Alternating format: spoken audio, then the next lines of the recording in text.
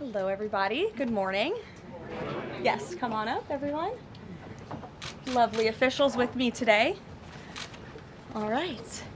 Dr. Carson, come on up. Thank you so much. Good morning and Happy New Year, everybody. It's great to see you. It's great to be with a very packed room. I'm sorry we kept you all very busy over the holiday break. And I know there is a lot of news out there today, both here at home and around the world. I will be happy to take all of your questions on all of that news. But first, I'm really honored to be standing up here today with esteemed members of the President's Cabinet and his health team to make an important announcement with respect to the President's domestic promise to make America healthy again as we kick off the new year. In less than a year in office, the President and his incredible MAHA team have made real progress on this front. Here are just a few of the significant MAHA achievements thus far.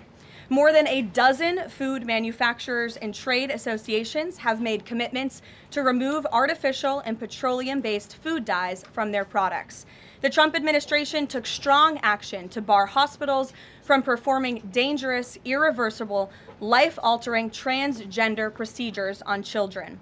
The Trump administration announced funding awards to states through the Rural Health Transformation Program, an unprecedented $50 billion investment established under President Trump's One Big Beautiful Bill. The Trump administration has also worked with 18 states across the country to ban junk food purchases using SNAP benefits starting this year. And thank you for leading that effort, Secretary Rollins. Additionally, President Trump took historic action to secure most favored nation drug pricing and secured deals with major pharmaceutical companies to massively lower the cost of prescription drugs. And those effects are being implemented as we speak. Americans are going to continue to see the result of these incredible deals the president cut. And I know President Trump and this team behind me worked incredibly hard to lower those drug costs for Americans. On Monday, the CDC adopted common sense updates to America's childhood vaccination schedule based solely on the gold standard of science. This action empowers parents and physicians to make the best individualized decisions to protect our children, while also restoring much needed confidence in our public health system. And as a MAHA mom myself, I'm very grateful for that. So thank you, Secretary Kennedy. To build on this progress, the Trump administration is now updating federal nutrition standards and guidelines to ensure that Americans have the most accurate, data-driven information supported by science and hard facts, not special interests or partisan ideology. President Trump has tasked two of the great individuals behind me, USDA Secretary Rollins and HHS Secretary Kennedy, with collaborating on this vitally important project. And today they are here to officially unveil the 2025 to 2030 dietary guidelines for America. These new guidelines are informed by the best and most reliable research on health and nutrition, particularly as it relates to the role of our diets and the prevalence of chronic disease in the country. They are also These guidelines are easy to read and understand, so every American, young and old, can access this information that literally has the power to change lives. But these are not just an updated guideline. These are the foundation to all federal food programs in our country. These new guidelines are going to update the food that is served to America's children in our public schools, to the plates that are served to our great men in uniform in our military, our veterans, and the food that they are consuming at the VA.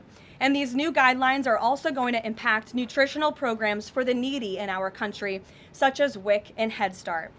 Unfortunately, for decades, federal dollars has promoted low-quality, highly processed foods that lead to scores of long-term health issues, which means Americans have gone broke because of these health issues. Faulty dietary guidelines of the past stacked the deck against healthy eating and food options for everyday American families, which has fueled the chronic disease epidemic and jacked up the healthcare costs of households across the country. This failed approach in our public health system ends today. When these guidelines are followed, Americans will be saving themselves thousands of dollars. If we want to cut healthcare costs in our country, we must become a healthier country. According to the CEA, poor diet is the root cause of obesity, which accounts for $400 billion in medical spending each year. A healthier America will lead to a more affordable America. The new dietary guidelines from the Trump administration will ensure federal dollars go to real food to improve public health and therefore save the American people their hard-earned cash over the course of their lives. So with that, I am going to hand it over to Secretary Kennedy. The great people behind me will give remarks, and then we'll get into Q&A for the officials that are here on this specific topic. They will leave because they're all very busy people, and then I will open it up to Q&A with the rest of you on the rest of the news in the world. So thank you, and we'll start with Secretary Kennedy. Thank you, Karoline. Thank you. Today marks a decisive change in federal nutrition policy, made possible by President Trump's leadership and the work of MAHA moms and public health advocates who demanded reform.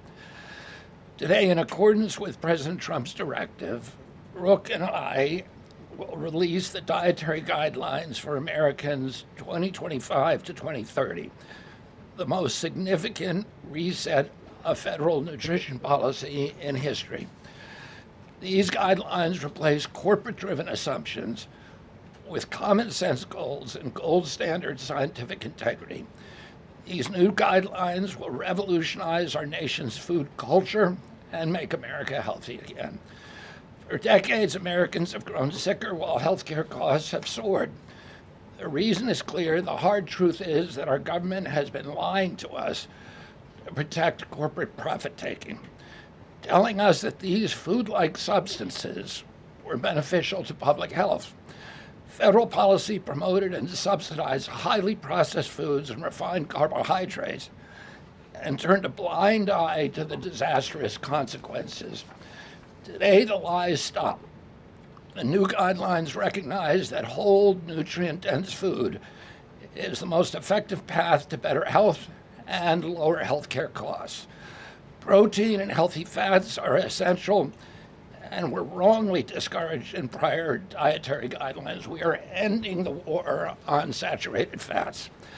Diets rich in vegetables and fruits reduce disease risk more effectively than many drugs. Whole grains outperform refined carbohydrates. Added sugars, especially sugar-sweetened beverages, drive metabolic disease, and today our government declares war on added sugar. Highly processed foods loaded with additives, added sugar, and excess salt damage health and should be avoided. As Secretary of Health and Human Services, my message is clear: eat real food. Nothing matters more for healthcare outcomes, economic productivity, military readiness, and fiscal stability. The dietary guidelines shape dozens of federal feeding programs, including Head Start. These standards affect 45 million school lunches every day, meals for 1.3 million active duty service members, and food served to 9 million veterans in VA hospitals. Today begins the work of aligning those programs with affordable, whole, nutrient-dense food. Implementation requires coordination across the government. I'm working with many of my fellow cabinet secretaries to deliver results. I want to thank Bobby Mukamala, thank you very much, who is the president of the American Medical Association, for committing to mobilize the medical community on nutrition.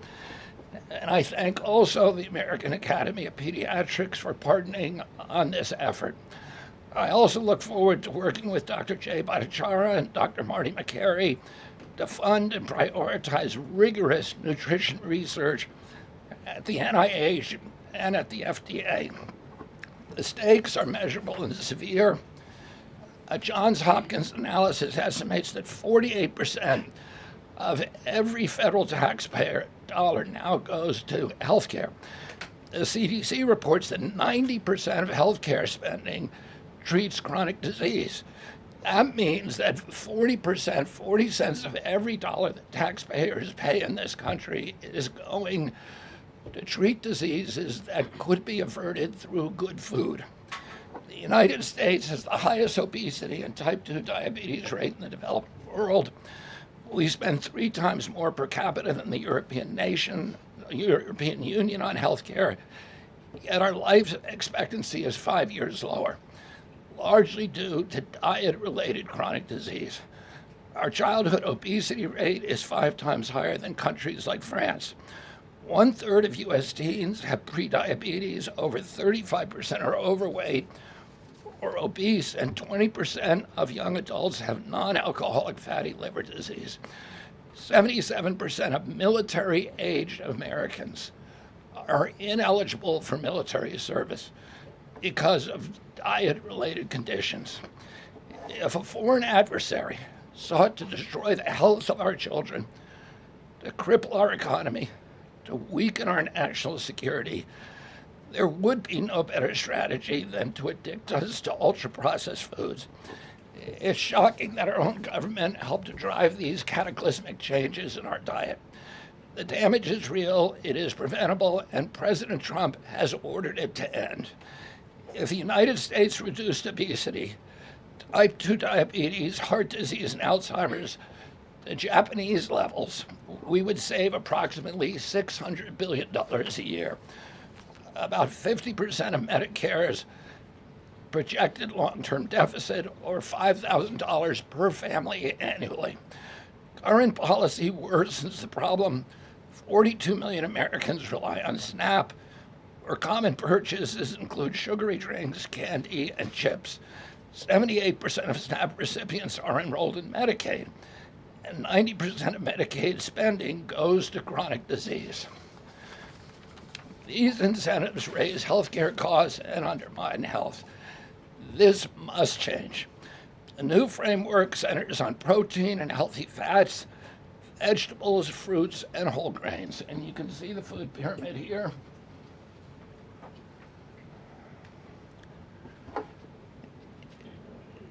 It's upside down, a lot of you will say. But it was actually upside down before, and we just righted it. For the first time, the dietary guidelines directly address ultra-processed foods and set firm sugar limits in federal procurement, driving a significant reduction in added sugar in school meals. I want to thank President Trump for his leadership and the partners committed to ensuring that federal food dollars support real food and better health. Thank you. And I want to introduce my partner and a friend, Brooke Rollins, who is an extraordinary collaborator on this. Thank you. Well, good morning, everyone. Happy New Year. What a honor to be here. I think this is Karoline's first press conference back, and what a great way to start the new year, 2026. I want to thank Secretary Kennedy. Your commitment to the well-being of Americans is such a blessing to this nation. We have been working on these new dietary guidelines really since almost day one. Bobby and I were voted on the same day and sworn in on the same day. So I think the partnership from minute one has been real and extraordinary. As Secretary Kennedy mentioned, America is in the middle of the worst chronic health crisis in our nation's history. Over 40% of the roughly 73 million children in the United States have at least one chronic health condition, and nearly 90% of healthcare spending goes toward treating people with chronic disease. Secretary Kennedy mentioned that, but it is really important to keep underscoring that fact. This crisis is unacceptable. It prevents Americans from living healthy and happy lives. And for decades under both Republicans and Democrats, federal incentives have promoted low quality, highly processed foods and pharmaceutical interventions instead of prevention. As a result, nutrient-dense whole foods grown by America's farmers and ranchers have been increasingly displaced. The Trump administration is acutely aware of this danger, and today this announcement is making a major step in doing something about it. Thankfully, the solution is simple and should be non-controversial: eat real food. This is the main message of the new Dietary Guidelines for Americans 2025 to 2030, which encourage households and schools to prioritize whole, nutrient-dense foods. That means more protein, more dairy, more healthy fats, more whole grains, more fruits and vegetables, whether they are fresh, frozen, canned, or dried. We are finally putting real food back at the center of the American diet. real food that nourishes the body, restores health, fuels energy, and builds strength. This pivot also leans into the abundant, affordable, and healthy food supply already available from America's incredible farmers and ranchers. By making milk, raising cattle, and growing wholesome fruits, vegetables, and grains, they hold the key to solving our national health crisis. And President Trump is mobilizing government to ensure families across America have greater access to these healthy foods. In the past 12 months, inflation has slowed and wages have risen for the first time in 5 years. Under President Trump's leadership, prices for everyday staples are declining, and more help is on the way. Recent data show that fruits, vegetables, dairy, and proteins, including eggs, pork, and ground beef, are becoming even more affordable every day for our American people. American households enjoy the most affordable and abundant food in the world, and today's release only reinforces that reality. A healthy meal is within reach for all American families. These new dietary guidelines are a framework which is meant to be customized to meet the needs, the preferences, and the financial status of all American families. For example, a meal including such items as pork, or eggs, or whole milk, or cheese, tomatoes, other fresh and frozen fruits and vegetables, whole grain bread, corn tortilla can cost today right around $3 for that meal. $3. And soon USDA will finalize our stocking standards, which means that those businesses in America that take the SNAP benefit, what they are required to stock in order to take that benefit, by the way, that's almost 250,000 retailers across America, that very soon we will be finalizing that rule that will mandate all 250,000 retailers in America double the type of staple foods that they provide for America's SNAP households. This means healthier options will be in reach for all American families, regardless of circumstance, at levels never seen before in our country. These dietary guidelines are foundational to so many USDA programs, and their introduction marks the first step in connecting America's schools and dinner plates to the best of American agriculture. Make no mistake, under President Trump's leadership, we are restoring common sense, we are restoring scientific integrity, and we are restoring accountability to federal food and health policy. The new guidelines are all about putting the well-being of Americans first, exactly where it should have been all along. This is the foundation that will make America healthy again, not just for those of us alive today, but for our children and our children's children and those coming behind. I want to end by saying God bless American families, God bless the American farmer and rancher, and God bless America. What an honor now to introduce another great partner in this incredible work, and that is Dr. Mehmet Oz. Thank you. Congratulations to Secretary Rollins, Secretary Kennedy, and do want to express my appreciation for what the President has done overall to increase the affordability of healthcare. The biggest accomplishment perhaps for the health system ability to drop down prices last year was the most favored nation drug pricing that Karoline mentioned. These are incredibly effective at reducing the cost, for example, of what the President calls the fat shot, the Ozempic, GLP-1 category of medications. We dropped them dramatically. But the best way to reduce drug spend in America is to not need the drugs in the first place. What you're hearing today with these dietary guideline adjustments are going to be massively effective, and not just dropping the need for us to buy these weight loss drugs, but buy these expensive drugs for autoimmune problems. We have evidence that food is medicine when it comes to conditions as varied as mental health issues, from Alzheimer's and depression to fundamental realities of how children learn in school. So the question then becomes, what is this actually going to do in dollars and cents? And I had the group at CMS run some numbers for us to try to give you concrete assessments of how much this will drop the spend that the federal taxpayer must make for Medicare and Medicaid. And I'm more optimistic today than ever that we can address the fast rising rate of healthcare expenses in America because of movements like this. Right now, we're increasing health expenditures in America at roughly twice the rate of the GDP growth. We will correct that if we can get America to be healthier, because you can't be a wealthy nation without being a healthy nation. So 2 numbers for you to remember. The first is $30 billion. Why?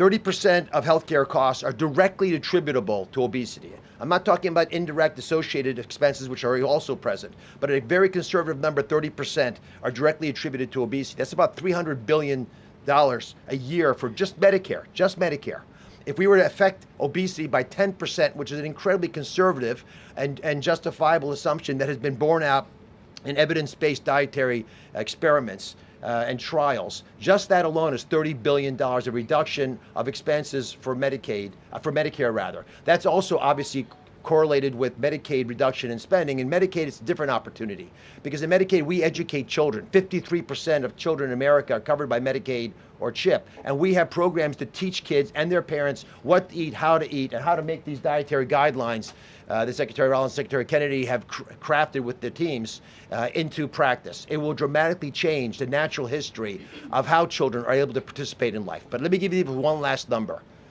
If we're able to get the average American, who today retires on average at age 61, get them just to work 1 year longer, because they feel so vital, so strong, so bullish about their future, because they're feeding their bodies nutrients that are essential to their high-functioning productivity, we will increase the overall GDP of our nation by trillions of dollars. So we will reduce healthcare expenses. At the same time, we jazz up the U.S. economy with trillions of dollars created by the productivity of American workers. God bless you both for making the DGA feasible and making it perhaps the wisest investment we could make in our communities. Marty Makary is one of my closest friends, the powerful leader of the FDA who's been taking brave steps along the line and has additional insights. Thanks. Thank you, Dr. Oz. Today marks the beginning of the end of an era of medical dogma on nutrition. For decades, we've been fed a corrupt food pyramid that has had a myopic focus on demonizing natural, healthy, saturated fats, telling you not to eat eggs and steak, and ignoring a giant blind spot. Refined carbohydrates, added sugars, ultra-processed food. This study in JAMA now shows that 60% to 70% of kids are getting their calories from ultra-processed foods. That's an epidemic. We now have a generation of kids addicted to refined carbohydrates, low in protein. They are literally nitrogen negative because we've used old flawed studies that used urine nitrogen to estimate body protein metabolism, and they missed the mark. The old guidelines had such a low protein recommendation that we are increasing that by 50 to 100%. Kids need protein. The old protein guidelines were to prevent starvation and withering away. These new protein guidelines are designed for American kids to thrive, and they're based on science, not on dogma. We have 40% of our kids now with a chronic disease. It is not their fault. This is something that is the result of bad advice from the government and a medical establishment that for decades peddled research from a flawed 1960s model. Today, we are setting the record straight. This is not a willpower problem of our nation's kids. This is something adults have done to kids, and we're going to fix it. And so, as Dr. Oz said, the best way to lower drug prices is for people to stop taking drugs they don't need. We are going to finally address the root causes of our broken healthcare system: insulin resistance and general body inflammation, advanced by the protein-poor, micronutrient-poor, ultra-processed, refined carbohydrate diet that kids are addicted to today. And so, on behalf of the Food and Drug Administration, we are proud to be a part of this. We are grateful to be contributing to this work. Thank you, Secretary Rollins. Thank you, Kyle Diamantis, the best deputy commissioner for food at the FDA the agency has ever had. This is a historic day in America. Thank you, Karoline. Doctor. Thank you so much. Thank you. I hope everyone's inspired to go eat a salad for lunch after this briefing. If anybody has questions on this topic, we will take a few and then we'll get into the topic. We'll start with our new media seat. If you have a question on this topic today, Jamie Franklin, she comes from the Conservator. Why don't you kick us off? Yeah, first of all, Caroline, congratulations on your pregnancy. We're so excited for you. Thank you. MAHA moms across the country, including myself, are just so excited by what this administration is doing to make our kids healthy again. But we do have concerns when it comes to these blue states pushing back on a lot of progress that we're making as an administration. And particularly, we're really excited that you guys revised and streamlined this vaccine schedule. However, what we have seen is that these blue states, whether it be no tax on tips, no tax on overtime, or pushing back on immigration, they continue to stop your guys' progress. So what has been the response from these blue states? Because as Maham moms enrolling our kids in school, this is a big issue, and we celebrate what you guys are doing, but we want to have it even in the blue states as well. I mean, my hope is that we only released these earlier, 2 days earlier. I'm sorry. Duck is also high in protein. It's an interesting. Duck is a good thing to eat, everybody. We only released the new vaccine schedule 2 days ago. The vaccine schedule, there's nothing compulsory in it. Everybody, I've always promised, I'm not going to take people's vaccines away from them. People who want to get vaccines, everybody who wants them can get all of the vaccines that were on the old schedule. They will all be paid for by the Vaccines for Children program or for the insurance the same as before. We release guidelines that we think are optimal to public health. They're the same core vaccines that are required by the European community. And those nations all have much better health outcomes than we do. And they're based on their best science and also on their conviction that when you put too many vaccines on the program, it actually reduces compliance. It reduces uptake. And so we want to maximize the uptake of vaccines by making sure that Americans know that we are making recommendations that are science-based, that are common sense, that are grounded in science. And right now, that's the best science that we have. But again, there's 3 categories of vaccine. One is the core schedule, which resembles the European countries. The second is for people who have vulnerabilities, for high risk, and that doesn't change at all. And then the third is shared decision making, which any vaccine that was on the old schedule, you can continue to get. So people will make their own choices, and that's what democracy is about. I asked the boss, Karoline, for permission to add a little bit to this because I think it's really important. And by the way, Jamie, what a superstar you are. It's so fun to see you in this seat, Jamie Franklin. The blue state question is a really important one. And for those of us that are running agencies with these programs, I mean, I've talked to a lot of you already about how we have 22 blue states that won't give us their SNAP data so that we can figure out and ensure that those who really need these programs are actually getting these programs. Clearly, you all have been writing about Minnesota. California is next. We're looking at New York, some other states. The amount of fraud in all of these programs is absolutely stunning. And the challenge is, I mean, for Medicaid, et cetera, I know, Dr. Oz, you've talked a lot about that. This is a significant problem. And I think who's really harmed in all of this conversation and when these blue states aren't partnering with us to try to do this right is we say blue states and red states, but in those states, there are all kinds of our citizenry and that aren't all Democrat or aren't all Republican. We had a poll that just came out that had about 85% of all Americans believe that states should turn their data over on SNAP so that we can figure out where the fraud is and ensure these programs are going where they need to go. So my request of these blue states and these blue state governors is partner with us. Let us figure out how to do this better. Let us make sure that whether it's the vaccine schedule or the SNAP program or the Medicaid program or the child care program, that we are doing everything we can to protect every tax dollar, but to also ensure those who need it the most vulnerable in our society, are getting the programs they need versus those who A, are not even supposed to be here, or B, are cheating the system. Jeff. Thanks, Caroline. One of the changes that was made had to do with alcohol. Secretary Kennedy or Dr. Oz, could you explain the science behind the new language on not saying 2 drinks for men and 1 drink for a woman every day would be healthy, and whether or not the industry had an impact on the language of moderation versus just saying alcohol is not healthy and you shouldn't drink it?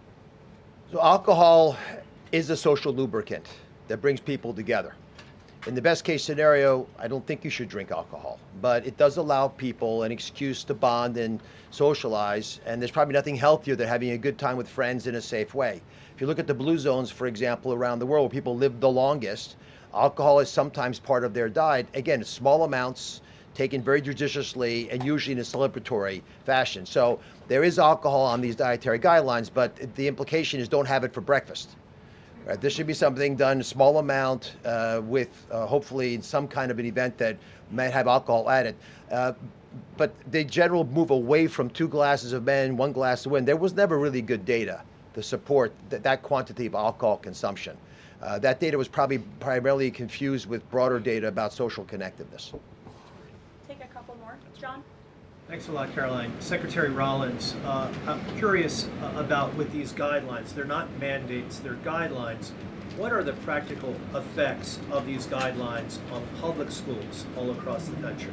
Well, today begins thank you, John. It's good to see you. Today begins the first day now in a recalibration of the rules, whether it's school lunches, whether it's the SNAP program, whether it's as veterans were mentioned, our prison system, that now we begin the process of implementing and redrafting the rules to reflect what this new dietary guidelines for Americans actually is doing to our food system.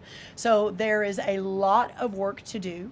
Nothing changes overnight, but as I think we've proven, this administration moves very, very quickly on all fronts, 7 days a week, 365 days a year, and so you'll begin to see some real changes coming very soon. As everyone is aware, for many of our most vulnerable in the margins in our communities, the school lunch is often the best place for our children to get the healthiest meal.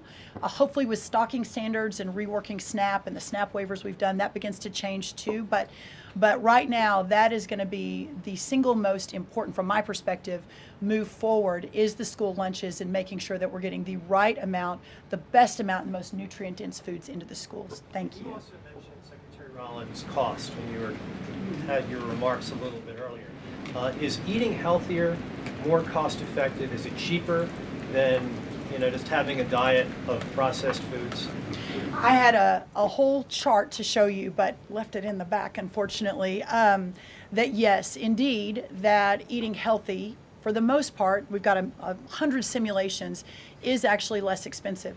The challenge is the access to those healthy foods, especially in parts of America where they have food deserts. They don't have a H-E-B or a Kroger or a Central Market. These are all Texan grocery stores, but whatever similar across the country. But that is why these stocking standards in SNAP are so important. So if you have a economically challenged family, and the only place they're getting their food is the 7-Eleven. We have a longer term important policy priority, and that is getting grocery stores into these lower margin communities. But for now, requiring those retailers, those 250,000 retailers across America, to double their stocking of healthier foods, that will allow us to immediately get these better foods into all communities, but especially the most vulnerable. Thank you, John. Let me just add something to that. Brooke and I are working on a program. Affordability is the priority for the president. And we know we have to make it easy and accessible for healthy foods for every American. And we believe we can do that. We think affordable food is within reach of every American family. We are working on a education and information program that will allow American families all over the country to come onto our website and find the healthiest foods at the lowest cost for themselves. I'd also just add this. The idea that a cheap meal made of processed food is cheap is an illusion, because you're paying for it on the back end. You're paying for it with diabetes, with obesity, with illness. And if you internalize that cost of the meal, it would be a tiny fraction of the long-term cost of eating bad food. So we'll take one more in the white blazer. Thank you. Caroline. Secretary Kennedy, you mentioned healthy fats, but also ending the war on saturated fats. Can you clarify how much saturated fats Americans should be consuming? I'm going to let Marty take that since he wrote a book about it. Look, the old dogma in the 1960s when Eisenhower had his heart attack and Ansel Keys said it was the saturated fat. That's never been substantiated. And so that flawed research has become dogma over the years, and eventually the conversation was sidelined. In this new guidance, we are telling young people, kids, schools, you don't need to tiptoe around fat and dairy. You don't need to push low-fat milk to kids. And we are maintaining the 10% of calories as saturated fat in the guidance. The real issue is protein. The fact that 60 to 70% of the calories of kids today in America is ultra-processed food.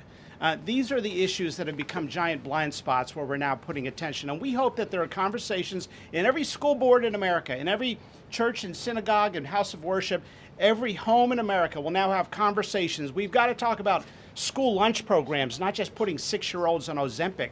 Food can be curative. We've got to talk about the microbiome and fiber and healthy whole grains and the good soil that food comes from and the healthy clean waters and good farming techniques. So that's the focus of this guidance. Thank you. Great. Some of you may be wondering why Dr. Carson is here. He is our National Nutrition Advisor working alongside Secretary Kennedy, and he's played a big role in this effort. So I want to thank you so much, Dr. Carson, for being here today. And thank all of you for being here today. I know you're all very busy people, and these people have a lot of questions on things other than diet, I'm sure. So I'm going to get to work, and thank you guys so much for coming. Thanks, everybody. Thank you. Thank you. Okay, thanks. All righty. Great. Does anyone have any questions? Rachel, why don't you start? Thank you, Caroline. The president has been adamant that he is now in charge of Venezuela, but Delcy Rodriguez said the government of Venezuela runs her country, no one else, saying, quote, there's no external agent governing Venezuela. So which one is it?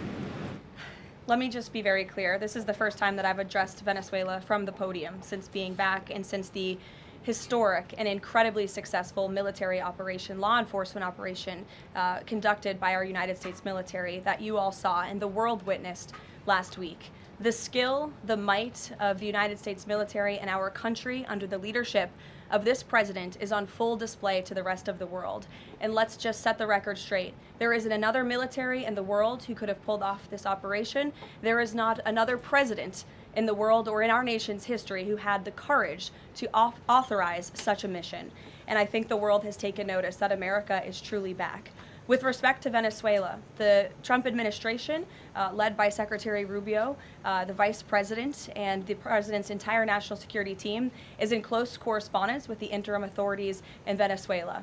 We obviously have maximum leverage over the interim authorities in Venezuela right now, and the president has made it very clear that this is a country within the United States, the Western Hemisphere, close by the United States, that is no longer going to be sending illegal drugs to the United States of America. It's no longer going to be sending and trafficking illegal people and criminal cartels to kill American citizens as they have in the past. And the president is fully deploying his peace through strength foreign policy agenda. So we're continuing to be in close coordination with the interim authorities, and their decisions are going to continue to be dictated by the United States of America. Just one follow-up, when you talk about that leverage there, has the Venezuelan government fully committed to turning over its oil to the United States indefinitely, and what happens if they do not? Well, as you saw, the president announced last night, this was a deal. This was a deal made by the president and his team with the Venezuelan interim authorities. This will benefit both the American people and the Venezuelan people. And Secretary Wright and the Department of Energy are working with the interim authorities and also with the private oil industry to execute on this historic energy deal. That's not only good for the United States, but it's also going to revive the prosperity, the safety, the security of both the United States and Venezuela as well. Ed. Following up on the oil part of this, the 30 to 50 million barrels of oil, how exactly is that going to work? You're getting it out of Venezuela into the United States? Yes. And then what? That's exactly right. So as you know, Ed, as the president announced last night, this was the sanctioned oil that was basically just sitting in barrels, sitting on ships because of the effective quarantine of the United States of America. And the interim authorities have agreed to release that oil to the United States, so it will be arriving here at home very soon. The United States government has already begun marketing Venezuelan crude oil in the global marketplace for the benefit of the United States, engaged the world's leading commodity marketers, key banks to execute and provide financial support for these crude oil and crude product sales. All proceeds from the sale of Venezuelan crude oil and products will first settle in U.S.-controlled accounts at globally recognized banks to guarantee the legitimacy and integrity of the ultimate distribution of proceeds, and those funds will be dispersed for the benefit of the American people and the Venezuelan people at the discretion of the United States government. It sounds like it requires a lot of private sector engagement and agreement And from the oil industry and the banking industry. Do you have that yet? There's a lot of private sector engagement that's happening right now. As you know, Secretary Wright, our energy secretary who's heading up this big project, is in Florida today meeting with some of these oil executives. And as we confirmed earlier, they will also be at the White House later this week. So they are absolutely eager to invest. They're eager about these opportunities. And Secretary Wright is a very well knowledgeable guy when it comes to oil and energy, and he's the perfect man for the job. Another corner of the world, Sure. real quick on Go ahead. Iran. Go ahead. So just to follow up on the oil, 30 to 50 million barrels is an initial tranche, if you will, and then what happens after that? What I won't get ahead of the plans that the president and his team are currently speaking with the interim authorities about, but rest assured, there is a long-term plan here. Secretary Rubio and the entire team are working diligently on it, and this is just sort of the first action that you all are seeing. Ed. Thanks, Caroline. So in order to get these oil companies to invest billions in Venezuela, how will the U.S. reassure that their workers will be safe in Venezuela? Could there be troops involved? At this point in time, as you know, there are no troops on the ground in Venezuela. The president, of course, reserves the right to use the United States military if necessary. It's not something he wants to do. Diplomacy is always the first option. As you saw, he tried that with Nicolas Maduro, but unfortunately, he was an illegitimate dictator and an unserious person. And so President Trump authorized this law enforcement operation, and now Nicolas Maduro is sitting in a prison cell in New York. So certainly the president is going to do what's in the best interests of the American people, and that includes workers from our energy and oil industry as well. With that meeting tomorrow, what is the message the president is going to give to the oil executives, and what does he want to hear? Well, the meeting is on Friday, and it's just a meeting to discuss, obviously, the immense opportunity that is before these oil companies right now. Stephen. Thank you, Caroline, and congratulations again. Thank you. The New Yorker had a story yesterday on the vice president, and it questioned his, quote, notable absence on Venezuela. And the sub-headline asked, was the vice president's exclusion from the operation in Venezuela an expression of his anti-interventionist ideology or political calculation? Would you be able to discuss the vice president's role in Venezuela policy? I did see that report in the New Yorker, and quite frankly, I laughed out loud because it's very clear it's a fake report that's trying to sow distrust and division amongst the president and his team. Let me just be very clear. The vice president has been involved in all policy. He is the right-hand man of the president on all policy matters, including Venezuela policy. He was, of course, read in and deeply involved in this operation from the very beginning. And he was present on the night of the operation via secure communication at a different location as to not damage the operational secrecy of this mission that was so incredibly important to ensure that this mission could be carried out successfully without endangering our troops. Sure. The U.S. seized a tanker recently. Russia specifically asked the United States not to seize that tanker. Does this action risk a larger conflict with Russia? I believe you're referring to the Bella 1 tanker that was seized this morning. The Department of Justice and the Department of Homeland Security, in coordination with the Department of War, did announce that seizure this morning for violations of U.S. sanctions. I've spoken about the enforcement of our sanctions policy at the podium prior to the new year, and this administration is going to fully enforce the sanction policy of the United States. The vessel this morning was seized in the North Atlantic pursuant to a warrant issued by a U.S. federal court after being tracked, and this was a Venezuelan shadow fleet vessel that has transported sanctioned oil, and the United States of America, under this president, is not going to tolerate that. I would also just add the vessel had a judicial seizure order, and the crew, so that means the crew is now subject to prosecution for any applicable violation of federal law, and they will be brought to the United States for such prosecution if necessary. Kelly. Caroline, Happy New Year to you. Thank you. You I'd too. like to talk to you about a couple of things real quickly. The first question about the Venezuelan people. As you know, there's some 8 million Venezuelans here, some of them celebrating in the streets. There are Venezuelans on the ground who are concerned about their safety. What does the Trump administration, what is it doing to actually help people in Venezuela understand that they will be secure throughout this transition? I think the fact that this president actually followed through on the long-held promise of the United States of America, the bipartisan promise to take down the illegitimate Maduro regime, should give assurance to the Venezuelan people and also Venezuelan Americans who fled this communist regime for a better life here at home, that this is a president who is serious about taking down illegitimate regimes and who is also serious about securing the security of the United States of America, including the Venezuelan American people. And I would just add that this is something that not just Republicans and President Trump have talked about for a very long time, but it is also something that Democrats have advocated for. In 2020, Chuck Schumer said that that at the time, President Trump had not brought an end to the Maduro regime. The Maduro regime is more powerful today and more entrenched today than it was when the president began. Now you hear Chuck Schumer out there saying this is reckless. The American people and the Venezuelan people should be in fear. But this is something that Chuck Schumer has long advocated for. Senator Chris Van Hollen, same thing, had said that the United States is going to use its leverage and influence to push for negotiations to transition to the truly elected leader. This was under President Biden. We know Maduro and his cronies don't want to go quietly into the night. The U.S. needs to work to ratchet up the pressure. Now, Senator Holland says it's an illegal act of war to get rid of Nicolas Maduro. So the hypocrisy is really astounding here, and thank you for giving me an opportunity to point it out, Kayla. Sorry, go ahead. Yes. So there are reports that the administration is demanding that Venezuela cut ties with China, Russia, Iran, and Cuba. Can you confirm? I'm sorry? Reports that the administration has essentially demanded that Venezuela cut ties with China, Russia, Iran, and Cuba. Can you confirm that? Well, those alleged demands were made in a classified briefing by Secretary Rubio, and I know that there's a lot of leaks coming out of these classified briefings, so I'm not going to confirm or deny or get into what the Secretary has said in classified settings to members of Congress. But I think that the administration has made it quite clear to the interim authorities in Venezuela that this is the Western Hemisphere, and American dominance is going to continue under this president. If I could just ask, there have also been reports that the U.S. could potentially buy Greenland as one potential option on the table. What would such an offer look like? Is there anything monetarily you could provide, any details there? Well, that's something that's currently being actively discussed by the president and his national security team. And I would point out that the acquisition of Greenland by the United States is not a new idea. This is something that presidents dating back to the 1800s have said is advantageous for America's national security.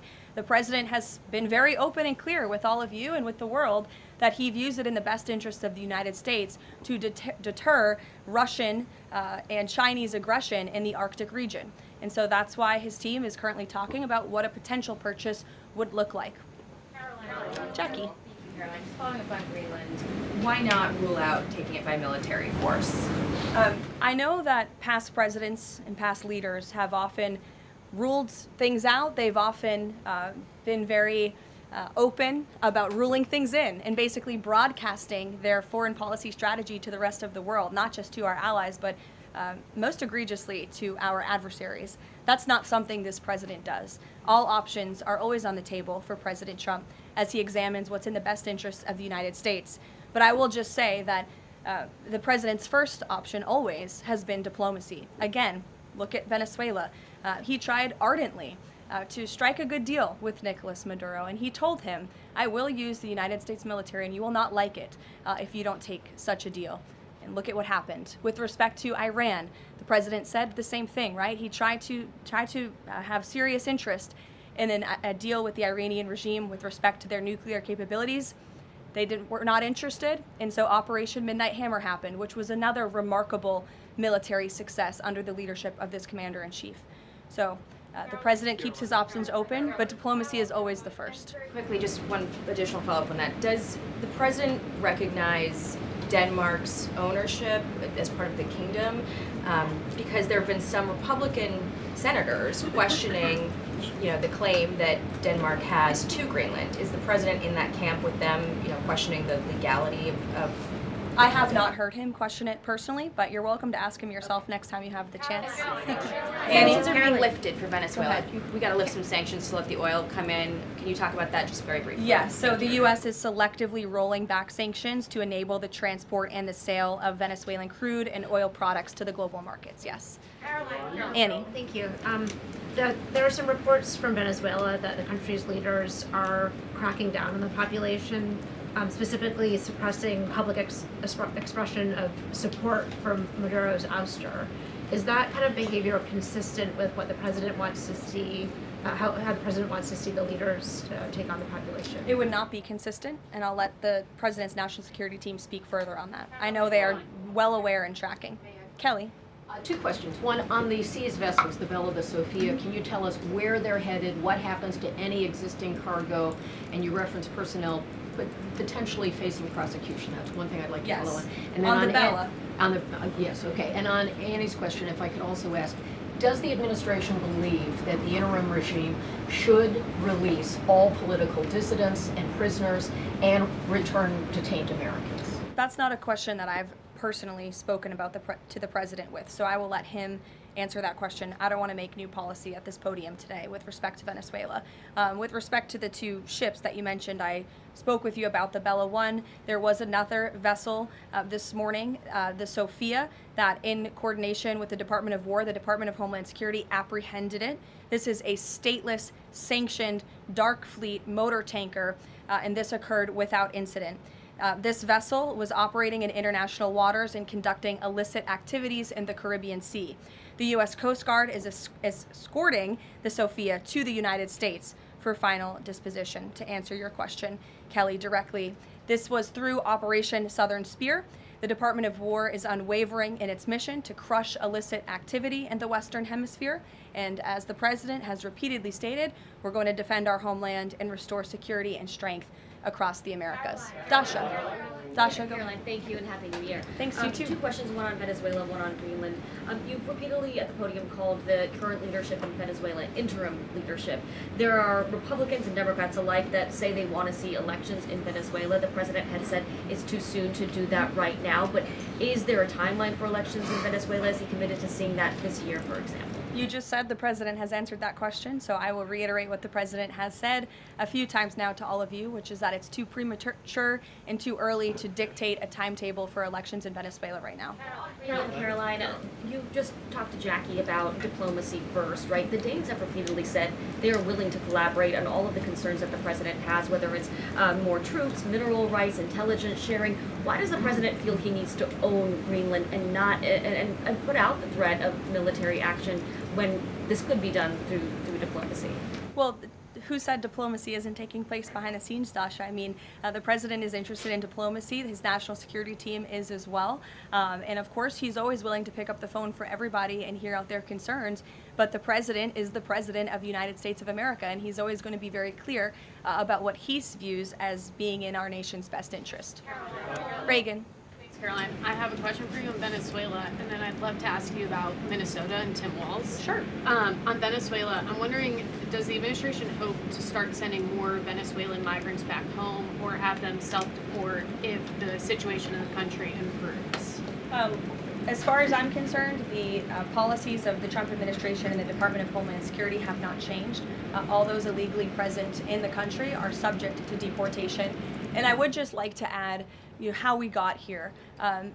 The president was very clear on the campaign to the American public, and it's one of the many reasons they resoundingly reelected him back to this office, that he was not only going to crush foreign drug cartels, but that he was not going to stand by and watch as the illegitimate Venezuelan regime was sending illegal criminals and gang members and rapists and murderers to our country, which happened to the tune of thousands under the previous administration and president. And so there could be nothing more America first than this operation that took place last week. And I would just remind all of you in this room that there were innocent Americans like Jocelyn Nungare who lost their lives at the hands of dangerous Venezuelan criminals who were sent here by the Maduro regime. And that has been the president's North Star and guiding principle throughout his entire policy since January 20th. Tim Walz in Minnesota. Does the administration believe that Tim Walz potentially dropped out of the governor's race because he could be under criminal investigation? I don't know if there's a criminal investigation. If there was, I wouldn't be able to comment on it from up here, to be honest with you. But I think Tim Walz probably dropped out of the race because he realizes he no longer has the support of the people of his own state, which is a remarkable downfall considering he was the number 2 on the Democrat Party's ticket just about a year ago. When it comes to Minnesota, the fraud that we have seen, the wide scale of fraud is really remarkable. It's egregious. I would encourage every single journalist in this room to go to Minnesota and to cover it yourselves. As for the Trump administration, we have officials who have been on the ground almost every day. Secretary Noem was there yesterday. Secretary Bessent will be traveling there later this week to talk about the fraud and to do a roundtable on this very topic. And I would just like to leave you with an update. To date, the Department of Justice has charged 98 total defendants in several Medicaid fraud and related case programs. 64 were convicted, and 85 of the 98 charged were of Somali descent. The DOJ has also issued over 1,700 subpoenas, executed over 130 search warrants, and they have now added more attorneys to their office there to absorb the case flow. DHS is on the ground going door to door conducting large-scale criminal and HSI investigations. They have also sent approximately 2,000 agents to Minneapolis to assist with law enforcement and immigration enforcement. As I said, Secretary Noem was on the ground yesterday. The Department of Health and Human Services has also begun requiring a justification and photo evidence for all child care related payments nationwide, and they required Minnesota to conduct a full audit of all child care centers. They also froze $185 million in funding to Minnesota. And Dr. Oz, who was just here, also notified Governor Walz they're going to begin auditing Medicaid recipients and deferring payments on claims based on waste, fraud, and abuse. The Department of Labor is also conducting a targeted review of Minnesota's unemployment program.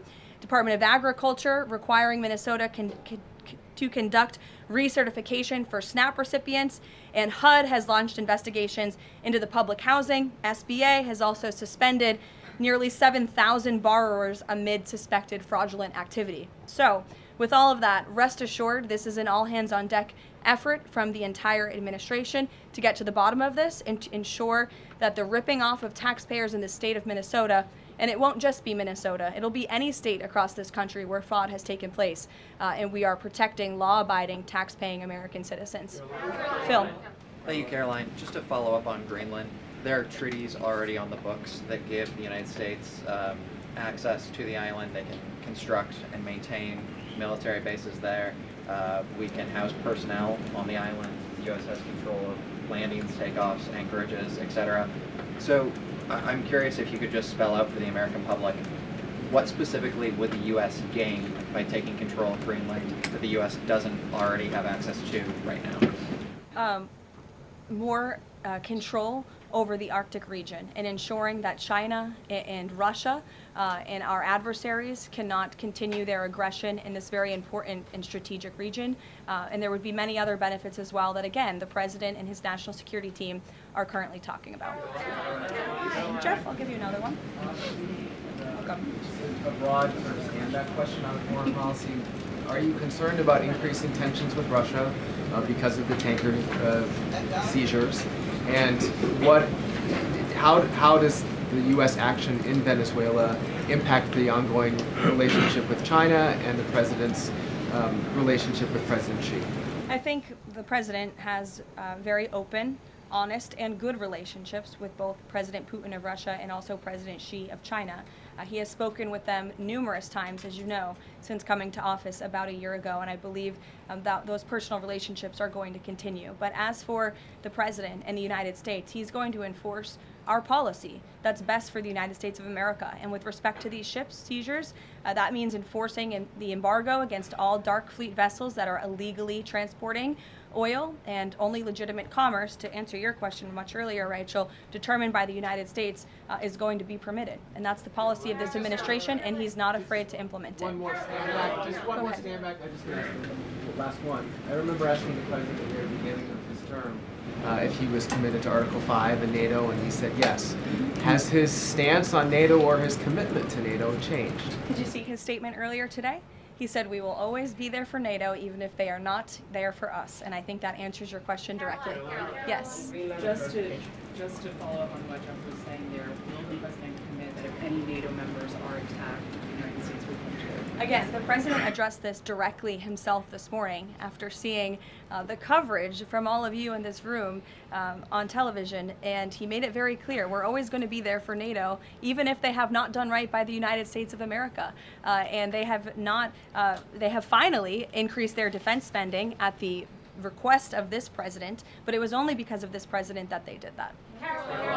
We'll take a couple more. Michael, go ahead. Thank you, Caroline. Happy New Year and congratulations. Thank you. Two questions, You if I too. may. One on healthcare, one on Mexico. On healthcare, the president says he wants Republicans to be flexible on the Hyde Amendment in order to pass healthcare legislation. What is the White House's message to pro-life voters who say federal funding for abortion goes against their values? Well, the president did not change the administration's policy. It was President Trump who signed an executive order protecting the Hyde Amendment. It's the Trump administration that has taken multiple actions on various fronts to ensure that taxpayer dollars are not funding the practice of abortion. What the president was saying yesterday was Republicans, and frankly Democrats too, need to show a little bit more flexibility so we can actually get something done with respect to the issue of health care. Republicans have amazing ideas. The president himself, as we spoke about earlier, has launched this Most Favored Nation drug pricing initiative, has cut good deals with Big Pharma. He wants to see Republicans, and Democrats too, if they're willing, codify those executive orders into law so that these good deals can remain and these prices can continue to be lowered long after this president and this deal maker in chief is gone. Presidents talked a lot about health savings accounts and giving more money back to the healthcare consumer rather than to these giant insurance companies, and he's been very outspoken and tough on them too, and I think you'll see more and hear more from him directly on that issue. So he wants to see Congress get something done with respect to health care, and that was the point that he was driving home yesterday. Mexico, Caroline, Haley, President Trump says the drug cartels are running Mexico. What action does he need to see Mexico's president, Claudia Sheinbaum, take to prove that she's in control of that country, in control of those cartels? And does the White House believe she's able to do that without U.S. intervention? Look, I think the president was speaking very candidly and frankly about the reality on the ground in Mexico. Haley. Caroline, Happy New Year. I wanted to Thanks, ask you you too. about the seized tanker, the Vela. There were reports before this that Russia had sent a submarine to escort it. Was there any engagement with that submarine? And then was the deconfliction line with Russia used ahead of boarding that? Again, this was a Venezuelan shadow fleet vessel that has transported sanctioned oil. The vessel was deemed stateless after flying a false flag, and it had a judicial seizure order, and that's why the crew will be subject to prosecution. Mary. The president talked over the weekend and suggested that he would be open to an operation there. Should the president of Colombia be expecting Delta Force anytime soon? And then I had another one for you on California. That would be a very unwise question for me to answer, to weigh into. What's your next question? On California, can you share any more about the fraud investigation? The president said that there was one. Who's being investigated and where is it starting? Again, this is going to be a all-hands-on-deck government-wide effort. The president has directed all agencies across the board to look at federal spending programs in not just Minnesota, but also in the state of California to identify fraud and to prosecute to the fullest extent of the law all those who have committed it. Take one more, sure. Thank you. Caroline, yesterday was the 5-year anniversary of January 6th. Democrats and mainstream media continue to push their big lie that it was an insurrection and that police officers died that day. The reality is that 4 Trump supporters died on January 6th and 2 women were killed by January 6th police. Everybody knows Ashley Babbitt was shot in cold blood by Capitol Police Officer Michael Byrd, but there was another woman, her name was Roseanne Boylan from Georgia, and she was pepperballed, gassed, and ultimately brutally beaten with a stick by January 6th police officer Lila Morris. The Biden administration and mainstream media lied and told Americans Roseanne Boylan died of a drug overdose on Capitol steps. Her family is now asking for an investigation. Is the administration aware of the circumstances of her death, and will there be an investigation finally? Well, for investigation, I will have to defer you to either the FBI or the Department of Justice, and I'm sorry to have to do that. But with respect to all of the facts that you just laid out, the White House relished the opportunity yesterday to actually create a new website to share the facts with the American public, but also all those in this room. We knew the media would be covering January 6th quite a bit because they think it's something that the American people are still believing their lies on. They think it's something that still helps their case against this president. Obviously not, or else he wouldn't have been reelected in an overwhelming fashion in November of last year. And so I would encourage everyone to take a look at the website. It's quite well done. And thank you all very much. It's great to be back with you. Get the hell out of here, Seraph. Seraph, you don't know jack squat. He said I posted it 5 times and you keep removing it. This guy, dude, you're a freaking troll. This is probably a bot. There is no way that this guy is a real person. No real person can be that stupid. He's so generic. Oh, boy. Bro, if you post my father's first name, I will think you have something, but you don't. I guarantee you. 100% you don't have my father's first name. 100%. I know 100% that you don't have that. There is a reason for that. But anyway, hey, I want some legit questions. Legit questions. How you doing, Robert? Welcome, my brothers. Brian, I know I put it on the chat already. Ozzy, welcome. Welcome, Patriots. Welcome all Americans who stand for this great U.S. of A. Let me go ahead and start off with the fraud in Minnesota. There was one thing that I said before, and some of the libtards that have come before, I don't know about these guys, but some of the libtards that come here before, and I call them libtards because when I say that, they always post a negative reaction to it. So I know that they are libtards in here. If they don't respond to that, then I know that they don't exist, and that's it. Okay? You don't know who your father is. Yeah, right. I know who my father is, you dummy. You don't even know where I'm actually from. But you know what? It's not a racist. It's not a bigotry. It's not anything to do with anything of the victim cards that these Democrats and all these libtards and all these haters and all our enemies invent to try to divide us, to try to destroy us. See, trolls are here for one purpose only. There's just one purpose: to disrupt the chat. As a matter of fact, you put one more comment about that shit again, and you're done. You're out of my chat, okay? Trinity, if he does that same bullcrap comment again, get rid of him. Hide him. Hide him. Don't even put him on timeout. Just hide that piece of shit out of here. Minnesotans, okay? There is more people in Minnesota than just Somalis. You know, people call me racist. They call me all kinds of names. It's very interesting because sometimes people don't even know that I'm Hispanic. That's a fact. And, you know, they always try to twist things around. So I will say this. If you want to ask me a question, especially if you're being negative about it, you want to demand an answer, here is the rules.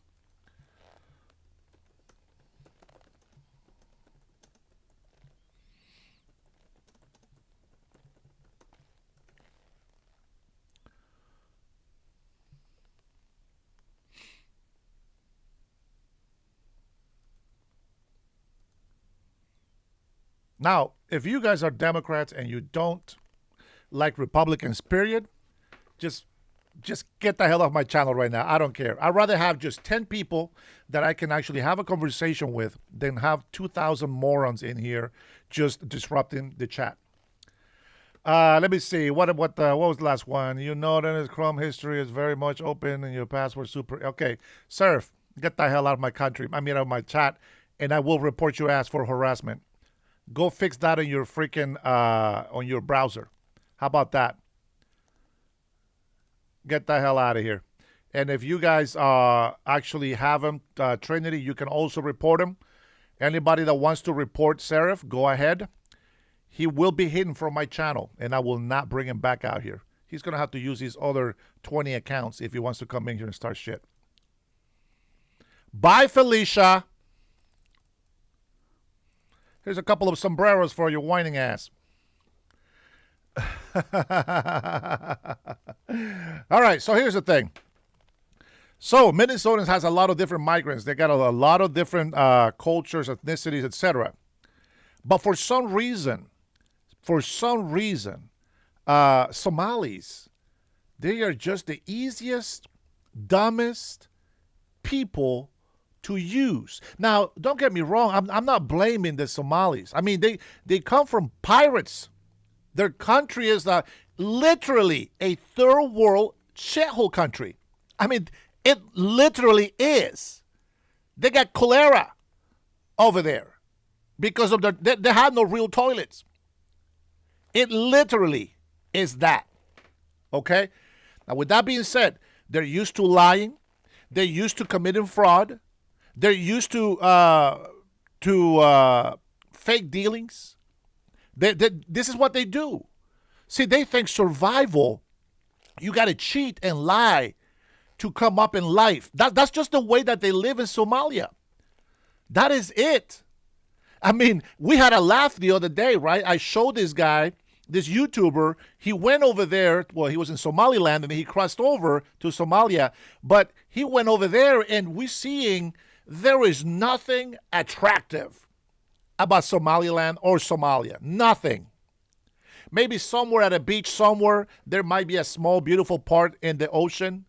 But the buildings are jacked up. It looks like Cuba. Looks like a very successful country compared to Somalia. And if you have seen videos of Cuba, you will know that Cuba is a piece of junk. I mean, the only attractiveness in Cuba is that there is good people in Cuba. But just like poverty has destroyed Somalis, Eastern Africa, just like poverty has done that, and corruption, piracy, this is what they're famous for.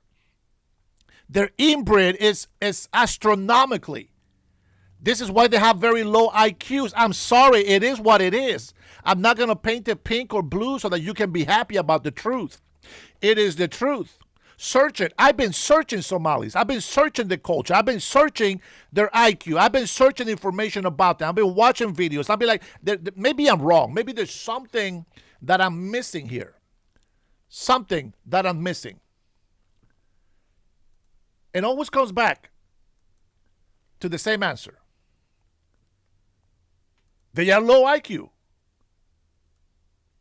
They are like the Democrats that we have in our country. They're like the Democrats in our country that are so easy to be lied to by our Democrats.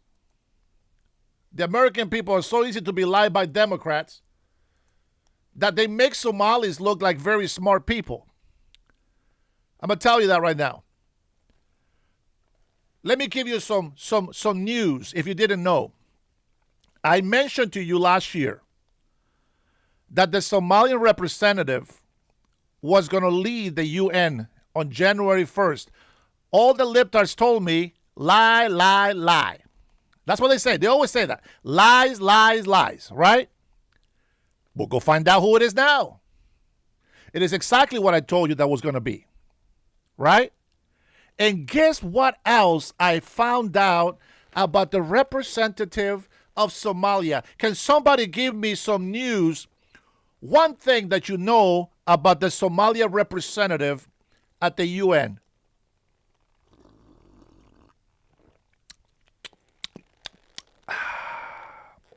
One thing. Anybody. Let's see. Lala says, all this talk about Somalis, not mention of Amy back. I honestly, bro, it's not ringing a bell right now. But we'll continue. And your IQ is obviously way below average. Yeah, probably. Around 35. I give myself a 35. Yep. Thank you. But go ahead. Give me one thing Oh, we don't care about Somalia. Oh, now you don't care, SoCal? So you don't care that these migrants are stealing billions of dollars from our country. Tell me, what do you care about? You love Gavin Newsom in California, destroying California. You see the high prices everywhere. You blame Trump for the tariffs, which you call taxes. Okay, let's call them import taxes. You love everything about Democrats. Ironically, you complain about us getting rid of illegal criminal aliens. You say all of these things against us, and yet you support criminals. You support crime-ridden cities. There is nothing to like about Democrats right now. And I'm talking about politicians. And, of course, all the retards that follow them. But go ahead, give me somebody. I want to know. I want to know if anybody's paying attention. This guy should be deported to El Salvador. William, I wouldn't mind. I hear Salvador is beautiful at this time of the year. I'll tell you what. Since you nincompoops don't know, why don't we look up Somalia UN ambassador. Let's call them by the actual name. Here we go. Let's see, ambassador, and I'll tell you. Let's see. All right, here we go. Somali ambassador. Okay, well let's take a listen to see what they say about this. Let's take a look. I haven't watched this, guys. This is something for you and me to listen to together. Okay, there might be commercials. Just an FYI. Fraud scandals across America, his home being vandalized, and more. The exclusive interview tonight. Good afternoon, live from Texas. This is the Will Cain Show. You know how a guy on death row suddenly finds Jesus about 5 minutes before the lights go out? Yeah. That's Tim Walz discovering a passion for fighting fraud after he announced he'll be dropping his re-election bid to focus on the work of fighting fraud in his state. Okay, convenient, nice timing. Also tells us a lot about Walz. I'm not going anywhere. And you can make all your requests for me to resign over my dead body. Will that happen? I will fight this thing till the very end to make this state better. I want to point out, I want you to take a look at this pin that he has. Glad you're on it, Governor. But I will fight this thing till Look at the that very pin. end to make this state better. Glad you're on it, Governor. But the White House isn't taking any chances. At least 2,000 federal agents are on the ground right now in and around the Twin Cities. Get 'em. DHS posting this greeting on X this morning. Good morning, Minneapolis. You see, when 10,000 federal agents show up, that's not a misunderstanding. It's not just paperwork. That's a crime scene. Meantime, independent journalist Nick Shirley, who knocked on the doors of Somali-owned daycare centers, says there's a lot more. Paula, why is he starting to look like Bernie Sanders?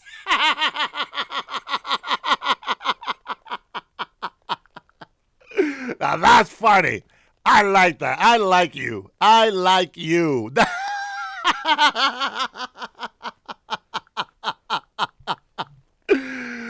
Woo!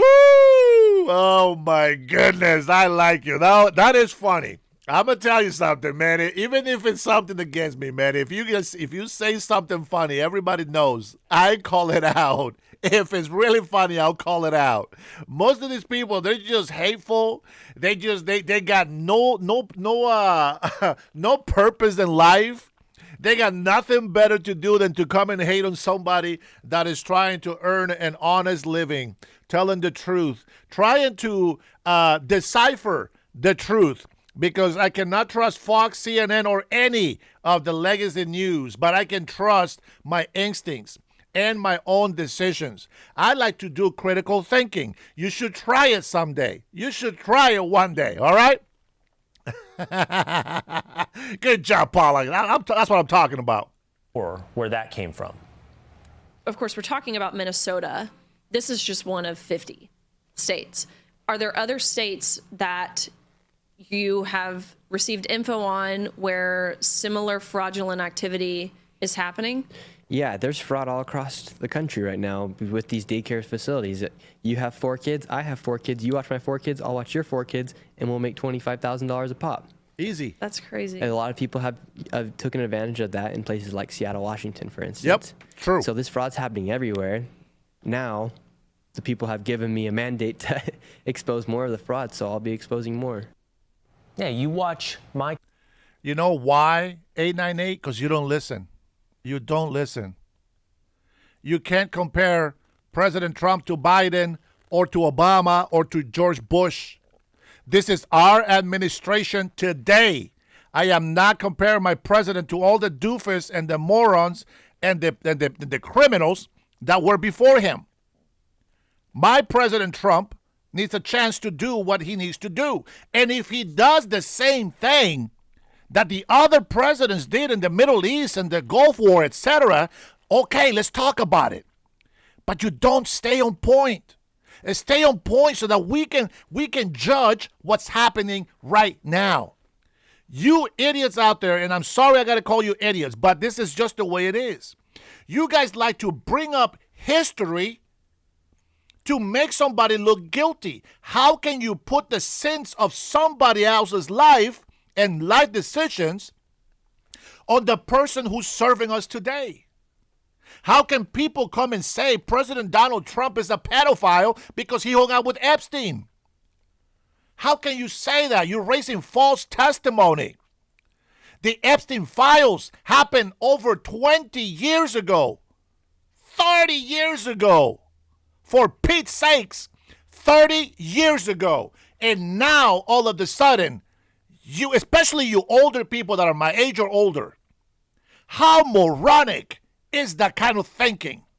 I can understand 20s or even 30-year-olds because they don't know jack squat of what happened in the 90s. But these are files that were reviewed completely. Completely. You understand that? Bill Clinton, George Bush's, Barack Obama, Joe Biden, everybody had access to these files. Why you keep bringing that up? Why you keep saying he's a pedophile? Why you keep saying this rape? It was proven false. You guys, bro, you guys need to get some, you got to take the red pill. You cannot continue to be plugged in the plantation. You really got to take the red pill. You need to wake up. You seriously need to wake up. Because guess what? If what you're saying is true, I am going to go ahead and say all of these accusations against you, and just because I say it doesn't make it true. Hillary Clinton should be in jail. Shifty Schiff should be in jail. Chuck Schumer, Nancy Pelosi, AOC, Bernie Sanders, all of them should be in jail. Are they in jail? No, then shut the hell up. It is our turn to govern this country. We voted President Trump in using our democracy. Now shut the hell up and get the hell out of the way. If you're not going to help, get out of the way. Capiche? My kids, I'll watch yours. We both get paid. That's a shell game. You can see that on the streets of Times Square. That's not Ocean's 11. It's barely above robbing a liquor store. It just happens to be a very big liquor store. How big? Let's walk through the front doors over at the wall.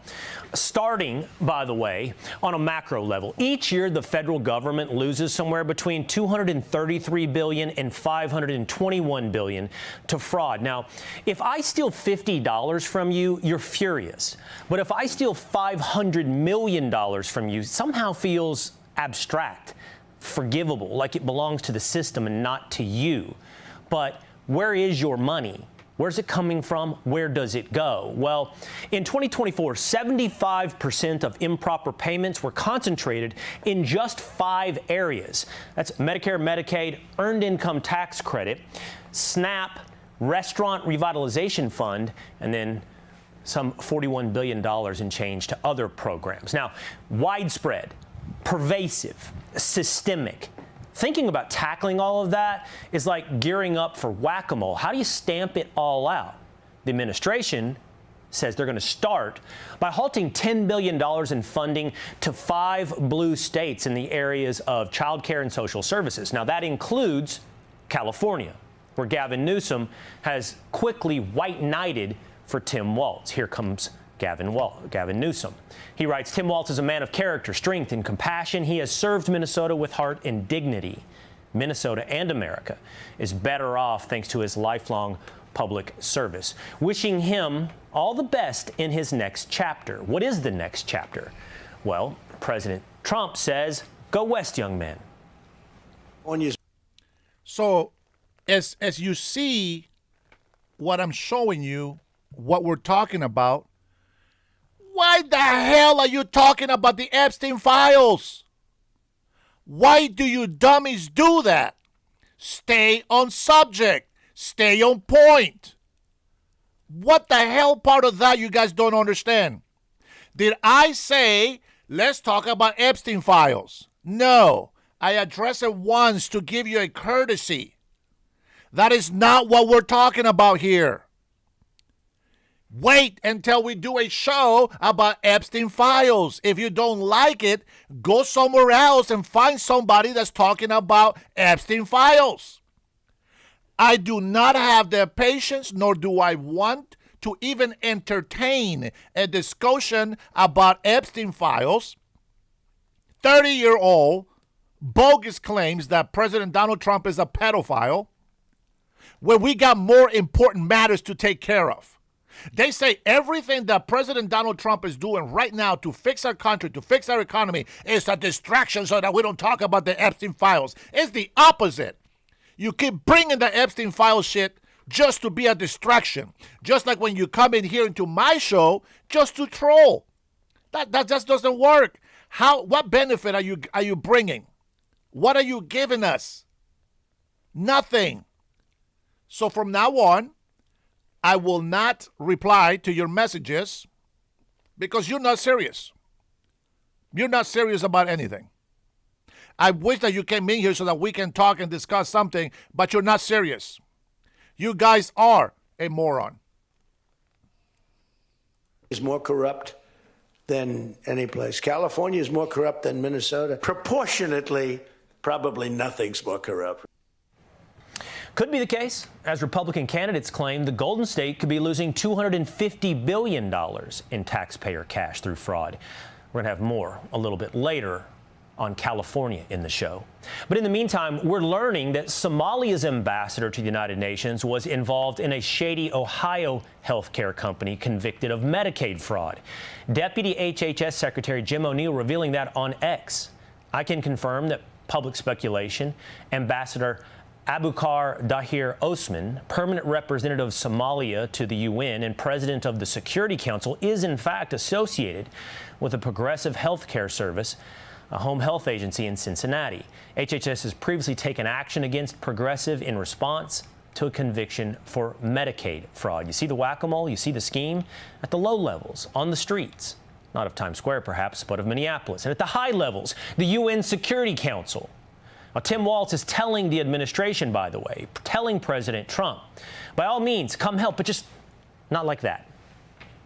Look, I'm on the list because whatever it is, they hate us. I may be on the list because of last fall. I may be on the list for whatever reason. Or maybe because you're a criminal. Yes, that's exactly what it is. And look, I'm concerned for my family, but I've got a little bit of protection now. My family, not so much.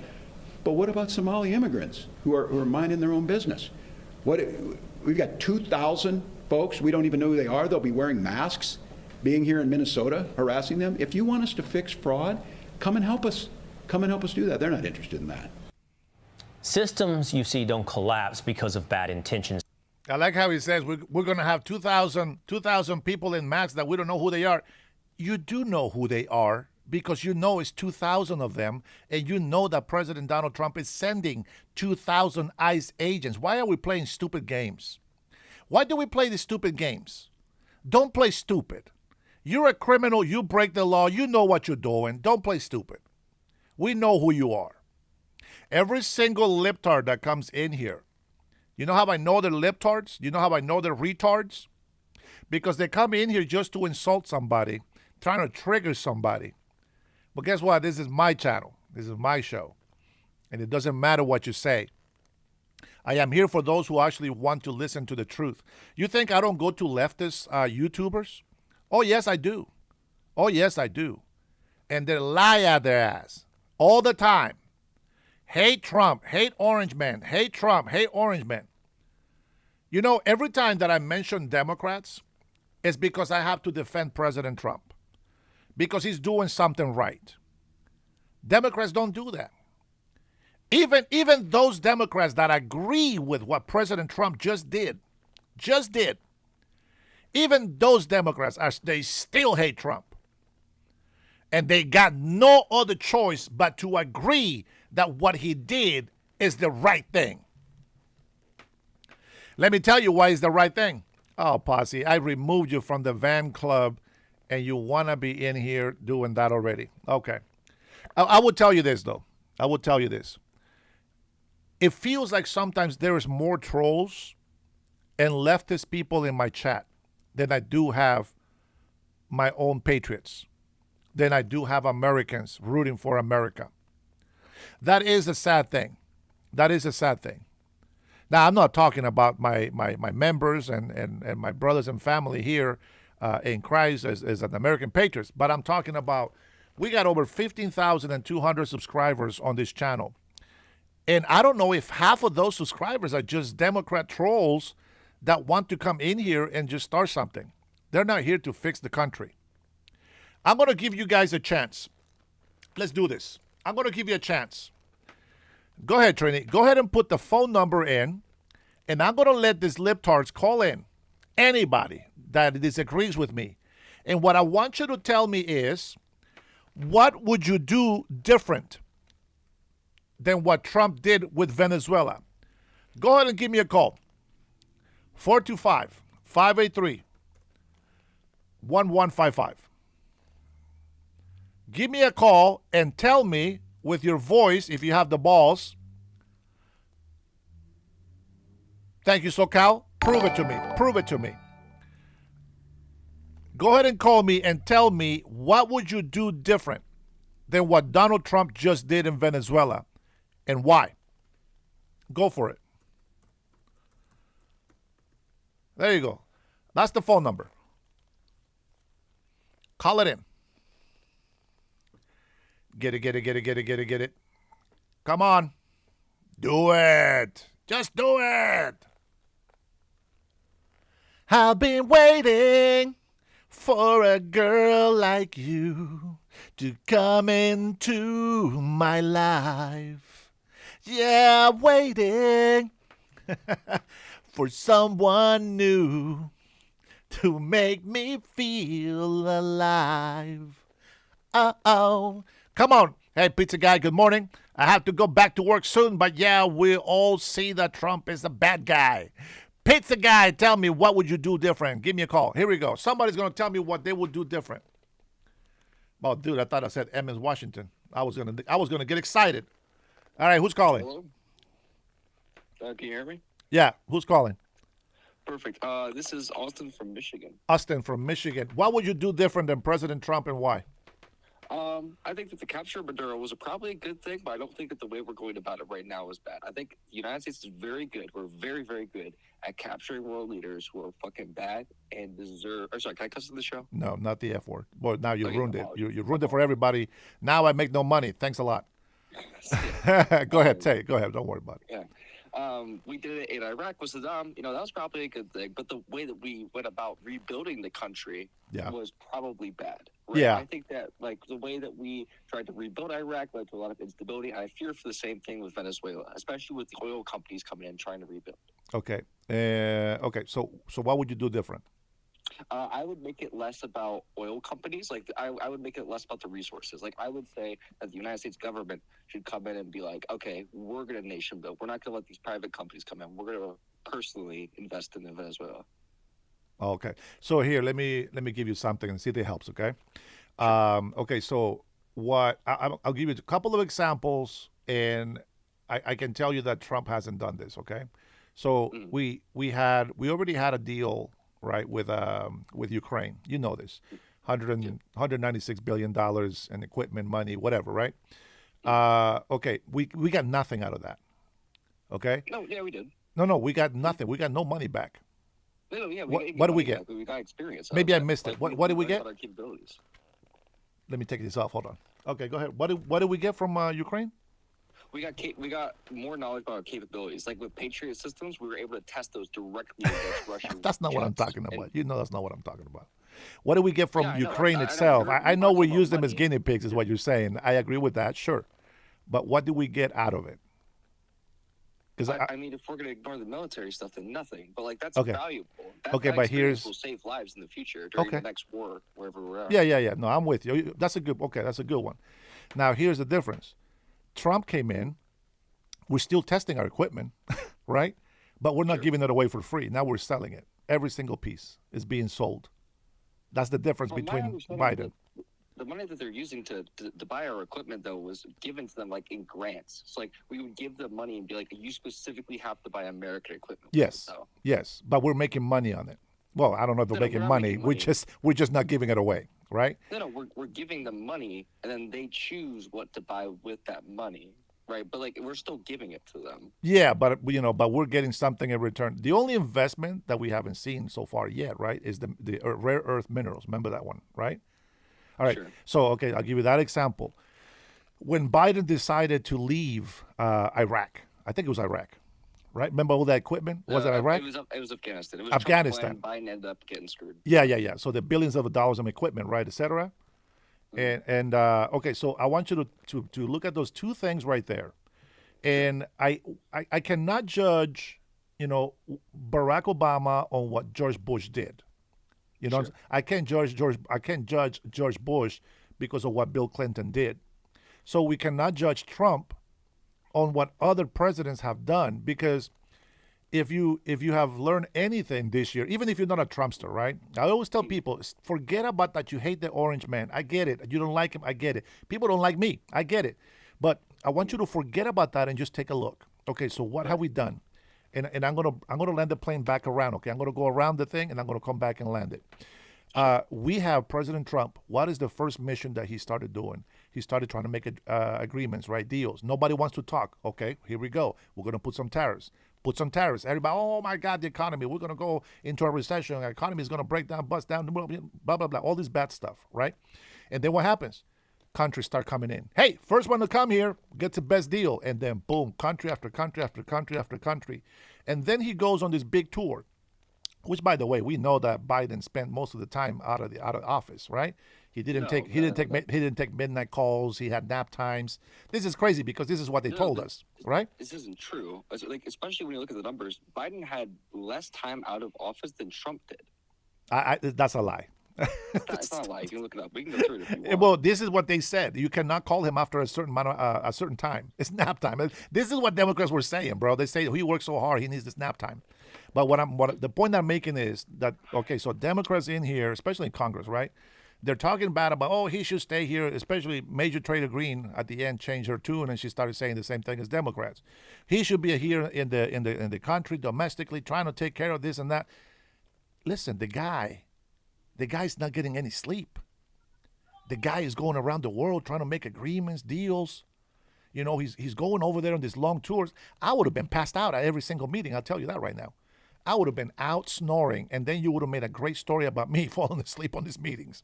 But President Trump, I should take a nap. yeah, bro, it's Like, crazy. what are you doing? Yeah, it's crazy. So I'm gonna go with all this, right? Saudi Prince, you saw the events. Have you ever done it like an entrepreneur? Have you ever been in an entrepreneur business or anything like that?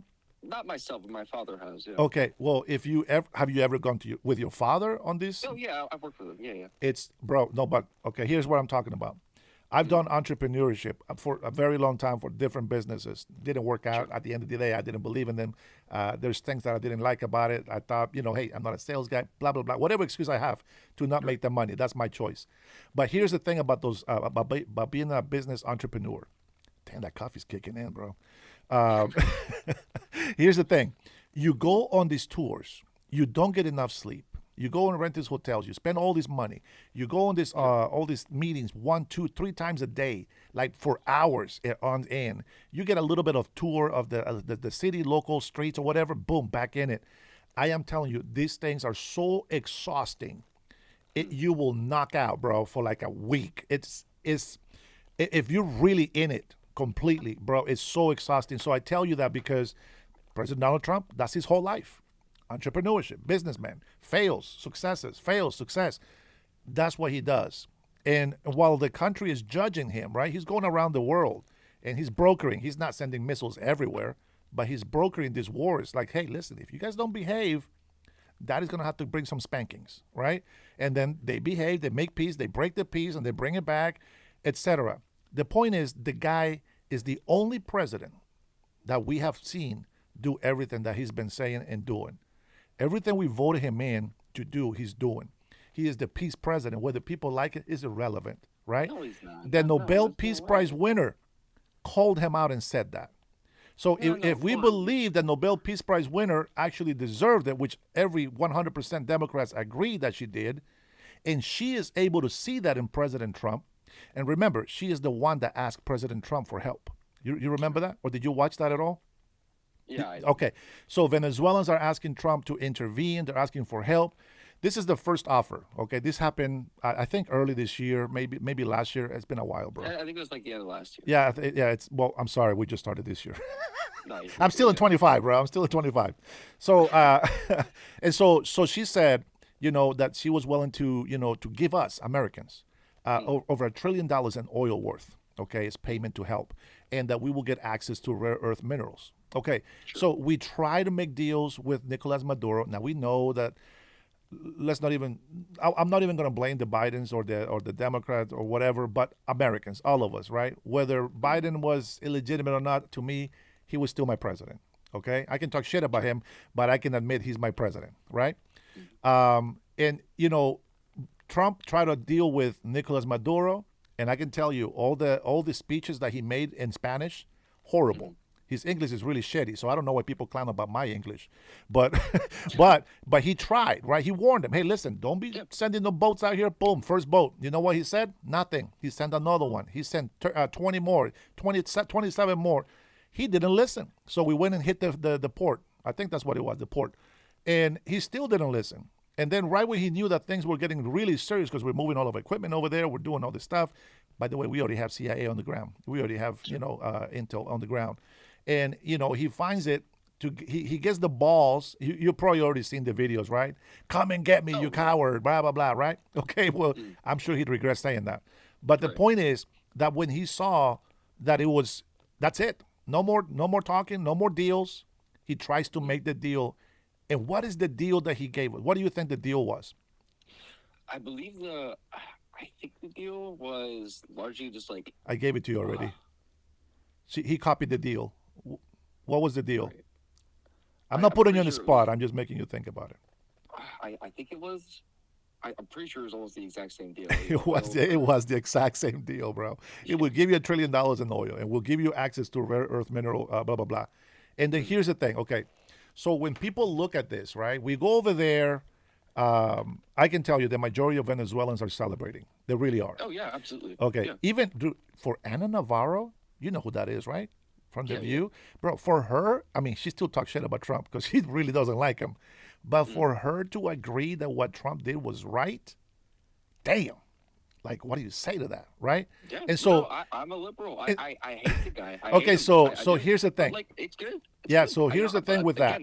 My problem with it is that you brought up the boats earlier. Yeah. Some of those boats, we don't even know if there were drugs on them. We suspect that there were drugs on them, but we don't know. The intel says that. Conduct regarding that was incredibly immoral and against international law. You know that we don't go by international law. Yes, we do. Absolutely. No, we don't go by the international law.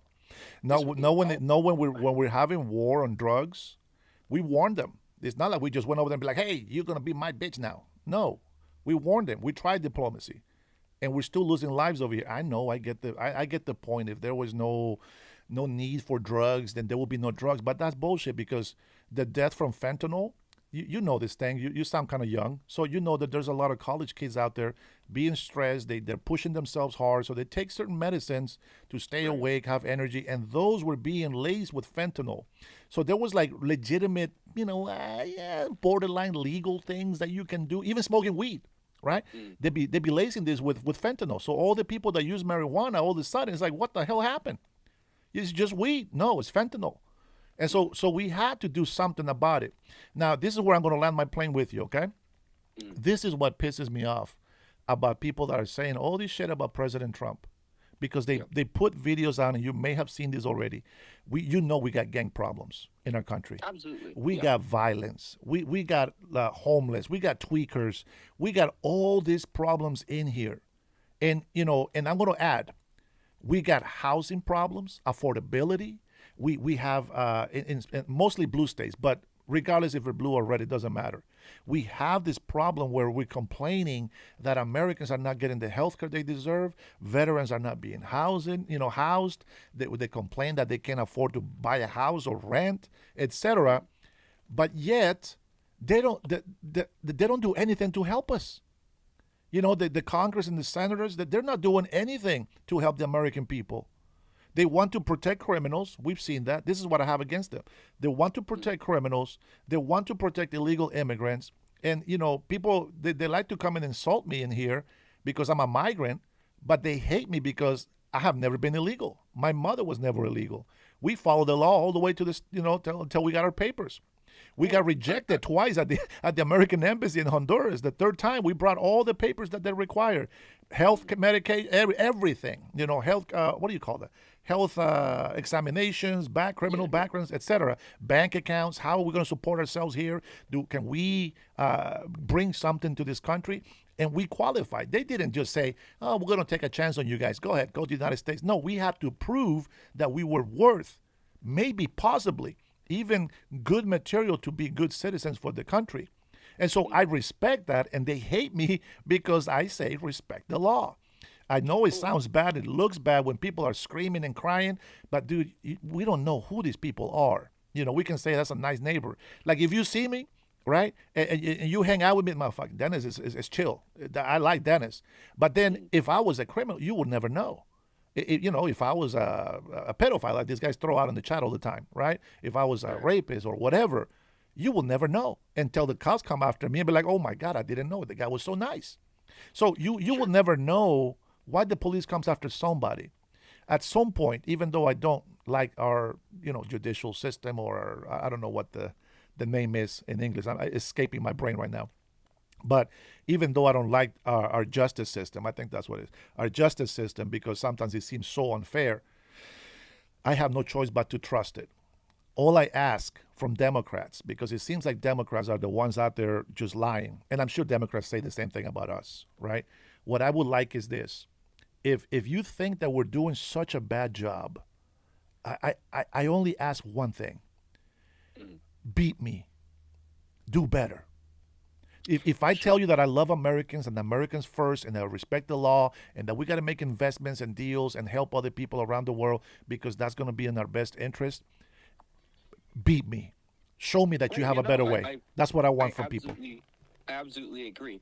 And when we look at what Democrats are suggesting, though, I think that we probably have better policy in a few things. Like I think me and you would agree that instead of funding ICE, like internal stuff, we should probably work on reducing the flow, period, which the Trump administration put out numbers saying that they have reduced the numbers by quite a bit. Whether those numbers are fudged or whatever, who's to say, right? I'm sure it's not zero. I'm 100% with you on that one. I'm sure somebody's sneaking in here. I think it's impossible. Or maybe I'm just doubting it, but who knows? I think it's impossible. Sure. And I'm going to ask, because you've been through the process, how long did it take for you to get into the United States? My mom had to wait 5 years before she can come and get us. And then I had to wait 2 years to get my green card.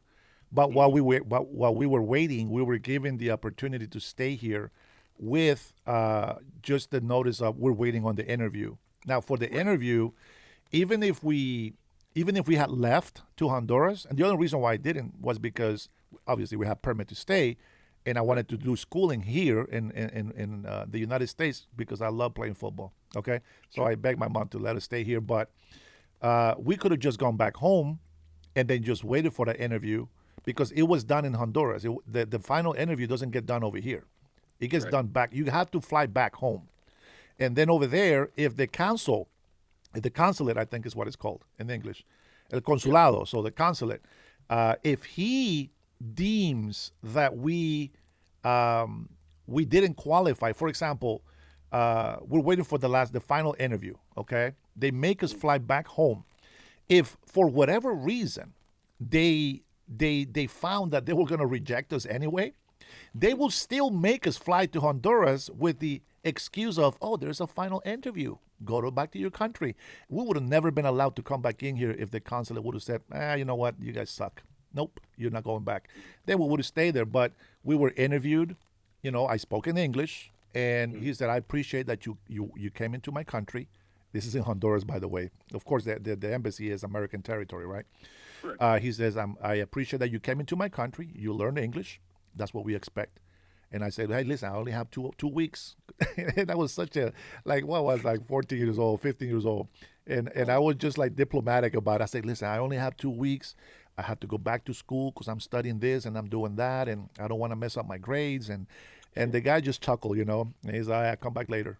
It was just such a great thing, And I don't know if I would feel the same way if I came here illegally. I honestly don't. I don't know how I would feel. I mean, a lot of things. Again, you sound young, at least half my age. Maybe you're not. You sound young. But the reason why I tell you is this: all the mistakes that I have made in my life as a teenager, I will correct my son from doing that. I will make sure he does not make my mistakes. Now, if he doesn't listen to me, I gave the advice. If they don't listen to me, there's consequences. So it's the exact same thing that I do here is, even if I don't know, I've just never been illegal, but even if I came here illegally, I will still fight for legal immigration because it's not just about being here. It's about what happens when people come here illegally. They get raped, they get murdered, they get missing, they get robbed, children, they're trafficked, drugs come in. There's so many other things. There's a reason for all the things that we have legal immigration law, right? And that's where I'm at, but people still hate me for that. I just can't stand with it. Well, I think the reason why, people come in, they, call you names or whatever, is because they think that what you're saying is that, fuck illegal. Or, I keep saying, I apologize. That's all right. I sneak it in there sometimes because I do get kind of pissed off about the moment as well. Oh, yeah. Yeah, no, I hear you, brother. Yeah. Sorry, but they say, they think that you're saying screw these immigrants, right? They should just come in legally. Yeah. I'm sure me and you would agree, Yeah. that, it's a very long process to get in the United States. It took you 7 years to get here, But, as you said, it's worth it. Meanwhile, kids who are young and dumb like me, right? They go on the border and they're like, hey, man, I don't see any border patrol here. I'm gonna cross. and Why not? dumb. Yeah. I think we should increase the amount of judges we have that make that process faster, so that people like you who want to come into the United States legally, who want to do the hard work, and earn their way into this country, can come in and we can reduce the time it gets here drastically. Yeah. Right. I think that would be. And we need to make sure that we don't get activist judges because you have to understand this. Okay, so the process of if somebody is asking for asylum, they have to qualify. If they don't qualify, they should reject them right away and send them on their way. If anybody else comes here legally, right, and they're following all the steps, what happens is that these judges, and I think a couple of them got fired from San Francisco, I think it was, but some of these judges, they are postponing. They just, come back in 6 months, come back. And there is millions of people, and the backlog is huge. And what happens now? Well, we just had an invasion. And now we're it's just like you just went over there and tapped the beehive. Now all the bees are there to sting everybody. And so all the people that have been waiting here, temporary, TPS, DACA, and whatever, unless the countries where they come from make a deal with the president, those people are all in danger of leaving, and getting deported. And I just, the whole idea of being thrown in the back of the bus because somebody cut the line, that's not right either. And so because we have approved illegal immigration in the last administration, a lot of people that have been waiting for papers deported. You're going to know that over 2 million illegal immigrants self-deported. They took advantage of, the free plane, right? Free ride back home, 3 weeks to get their things in order, sell or take, send back to their country. And they gave $1,000 once they land in their country, as proof that they actually followed the process. And what happens then? They get a second chance to do what my mom and what we did. And that is go back to the embassy and be like, here, this is my property. This is what I own. This is how much money I have. This is my examination, health examination. Here's my criminal background. Do as you will with this information. We would like to go back to the United States of America. They have a chance to do that. To where anybody else, they're going to be banned for 2 to 10 years or permanently. And when they do come back in here, they are actual felons, not criminals, not just regular criminals, but actual felons. It's not a misdemeanor. A felony is there's different levels of felonies as well, but it's not like the same as a misdemeanor. Just breaking the law coming in here is one thing. Working is another, breaking the law, and then using false papers as another. That actually is a felony because it's fraud. But you see what I'm saying? Like for somebody to come here illegally, they broke the law already. And for them to work while they're illegally, they're breaking the law even worse. So they're just making it worse for themselves. And for the United States, for the Trump administration to say, you still have the chance, even though we know that you're illegal, you still have that chance. That's where I'm at with that. And so with Venezuela, going back to Venezuela, so we went around the point here. But going back with Venezuela is, some people have said on the chat that we have deported Venezuelans. Well, who have we deported from Venezuela, and where did we send them? We sent them to Sicac, right? To Sicac down in El Salvador. Why? Tren de Aragua. These are gangbangers. This is people that are killing, murdering, raping, and all doing all this stuff here. And the worst thing is that there's still Democrats that hate us for doing that. But what they don't understand is Nicolas Maduro was saying, let my children go. And Nicolas Maduro was actually giving fake diplomatic passports for these criminals to come this way. And so a lot of them just snuck in here because of Nicolas Maduro. Now, Nicolas Maduro is not the only one to blame. It started with Hugo Chavez right before him. But that's pretty much how he was indoctrinated into this communism in Venezuela. So I have different ways of thinking because of those things. Do I blame people for thinking the way they think? Of course not. There's a guy in here that he actually comes in here and drops super chat. So I respect that. Because he's supporting me, right? But he comes in here, he's against us, 100%. He's against us, okay? But he drops super chats in there and he keeps his word. The reason why I don't blame him is because he shared a video. He forced me to play a video, bro. He put $100 chat, so I played this video. So I played it, and then we discussed it, and I can see why he believes what he believes. Because if you don't know any better, like if you didn't know the history of Venezuela, you're going to believe what the guy's saying. If you don't know what Congress has power, what the executive, the legislature, or the judicial branch, or what their efforts or what their roles are, then everything he says, you will believe. And so I'm always telling him, I was like, I don't blame you for believing what you believe, but start thinking without hate and see if you can make a little bit of more common sense decisions. Because I will tell you, as much as I dislike these Democrats that I feel are liars, criminals, whatever, I don't hate them. I can make fun of them, but I don't hate them. I actually still, till this moment right now that I'm speaking with you, hope that they would change their mind and that they will actually say, hey, you know what? No, F that. We are not supporting criminals anymore. I can see why they thought we were. We're gonna go America first. We're gonna put American citizens first.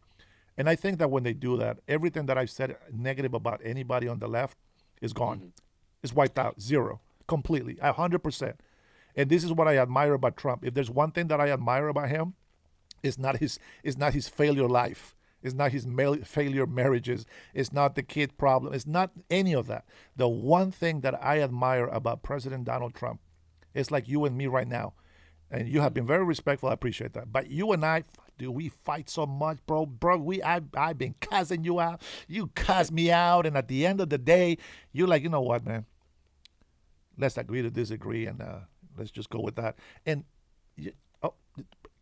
I got nothing else to say to you. I have no hate. I got no beef. It's like you just shut me up, and because you agree to disagree, you have sort of made a like a peace deal with me, and all of a sudden it's like, bro, we're friends. I consider you my friend, and we move on. And anything that we said about each other, I'll prove it to you.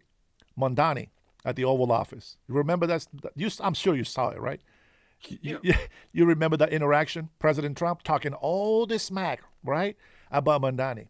And then the news reporters are still on it, and they're throwing some gas in the fire, right?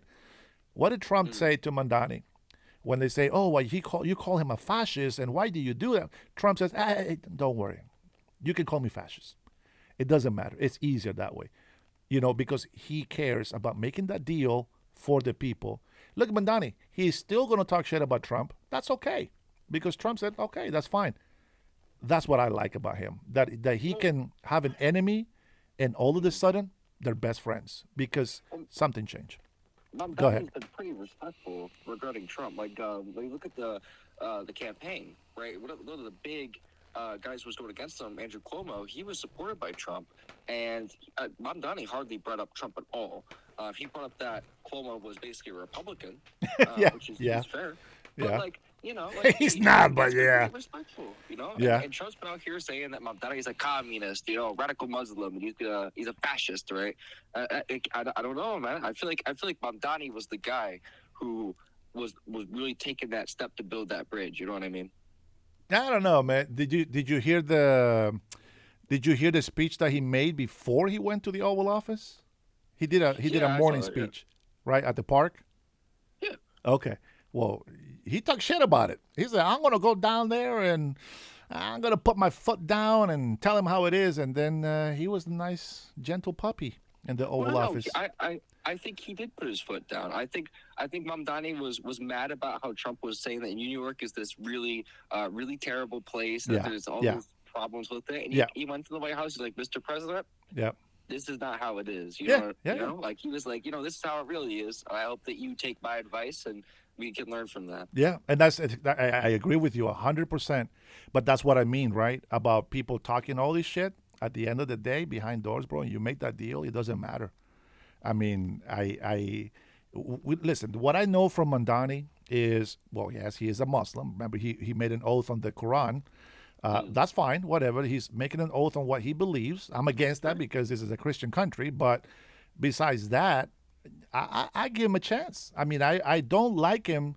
I don't like socialists and communists because of what's happening in Venezuela, in Cuba, in China, in Russia, and I mean, you just go on, right? Because you've seen what this does, and I'm gonna close it in with this. I appreciate you being patient. I'm gonna close it in with this. Hugo Chavez, before Nicolas Maduro, when he started running for government, he actually was a socialist, and then once he was in power, when he got in power, the oil price doubled. Okay, so he made a lot of wealth for the people. He was taking care of people. He kept his word as a socialist, and he brought poverty into the country down to 3% or so. Okay, sure. And so he kept his word. And I'm like, okay, that works. Now, as long as you have money, it works. And then the oil price dropped huge, and so money's running out. All of a sudden, he starts confiscating buildings, right? He's repatriating. He's grabbing. Not repatriating. What is it called? Reproportion. Repurposing. Not repurposing. Reproportion, I think is what it's called. Anyways, so he's just confiscating buildings from privately owned businesses. He just said, "Okay, I know what it is. Yeah, we'll take that building. We'll take that building." Repatriating is deporting. Redistributing is the redistributing. Yeah, okay, I think that's what it is. Redistributing. Thank you. And so he started being a communist, because that's what happens when you're a socialist. As long as the money's there, it's easy to say, "Hey, you know what? I'll take care of you, John. I'll take care of you, Paul. I'll take care of you, Peter." But then when the money's gone, all of a sudden it's like, no, we need you to keep this price at this price, and they go out of business because they can't afford to have the business at the prices that he was setting. And so things just got really horrible for Venezuela. People were being persecuted. People were being ran over with vehicles when they protested and all this other stuff. And then the oil tripled in the economy, and here we go. So now he goes back in, and then now he comes full-blown communist. Here's the kicker. He says, like all the Democrats, well, most Democrats, they hate billionaires, okay, and millionaires. They say that he says that rich people are evil and nobody should be rich. His daughter, bro, is worth over $400 million. She is rich. She's not living like the regular people. The hypocrisy in that statement, it just never fails. It happens all the time. He's a champagne socialist. Yeah, he's one of these people who enjoys the capitalist system, but says that he wants to change it all the time. Yeah. And I'm a liberal. I hate sharing a party with these communists who don't share the American values that me and you do. Right? I think we agree on that everyone should give it a fair shake here in this country. Yeah. Sure. And Yeah. Communists, they want to make all these radical changes that I don't think either me or you or even the majority of the American population want. Right? I don't think you're. We can agree on a lot of things. I don't think you're the. I'm sorry to cut you off. I don't think you're an average liberal, bro. You don't talk like an average liberal. I think you see. I think I am, but you know what happens all the time, and this happens with us too. We'll do the same thing where we'll take the extreme of the left. We'll look at the progressives scream in the streets. You know what I mean? Yeah. And we do the same thing. You'll see clips from us about like woke MAGA, screams or whatever. You know what I mean? Yeah. Well, the way that I react on here, people don't get it, right? They think I'm just over here, just being hateful, but they're not sitting on this chair reading everything, like you at some point you have to react, and even though I can play my emotions very well, sometimes when I myself, I'm frustrated that we can't help somebody, you become vulnerable. It's kind of like this. I know I'm talking so much with you, but it's kind of like this, anything you do when I don't know you, I don't give a shit. You can say, you can do, I don't care about you, whatever. You're almost useless in my life. There's nothing of value that you bring. But the moment that we spend that one time and I get to know you better and we become friends, now when you do shit against me, oh, that hurts. You see what I'm saying? When you care about somebody, when you love somebody, that's when it hurts. And I think that's why sometimes I do get triggered, because I want Americans to be taken care of, man. There's a reason why we want to come to this country. And if we start turning this country into the country that we left, then what the hell is the point of leaving our country? We might as well just go back and stay there. And for those people that says that if it wasn't for me, this country wouldn't be what it is. Well, go prove me wrong. Go back to Mexico. Show me what you can do in Mexico. Go back to Honduras. Show me what you can do in Honduras. If I'm a citizen, right? And I'm grateful for the privilege of being a citizen. But if I was to go live in Honduras, bro, same deal. It doesn't matter to me. I will live the same way, and of course, I would be as patriotic to Honduras. But if there's one thing that I've always had since I was a child, has always been respect for the United States of America. And thanks to God that he gave me common sense at a very young age. I always thought, you know what? I don't want to go to the United States of America, but golly, right? Back in the early 70s, early 80s. But golly, they are swell people.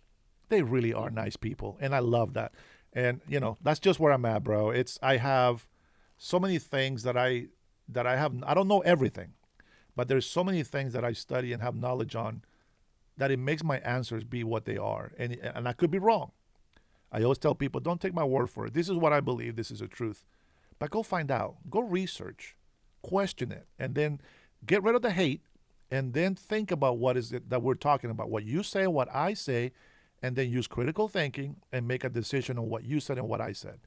And, try to find some common ground. I'm telling you, I want Democrats. We have a lot of Democrats on my channel. I was a Democrat. It's not about the party. It's about the country. And whether people like it or not, Trump, he's not the same as everybody else. I get it. But we're getting things done, man. And this year, I hope you come back. If you're doing your taxes, if you're working and doing your taxes, I hope you come back and tell me how that went. I think I'm going to be doing mine in about a month and a half. I think is when we start getting, at the end of this month, I think we get our first W-2s. I have to wait for W-9s now because of YouTube and, anything else.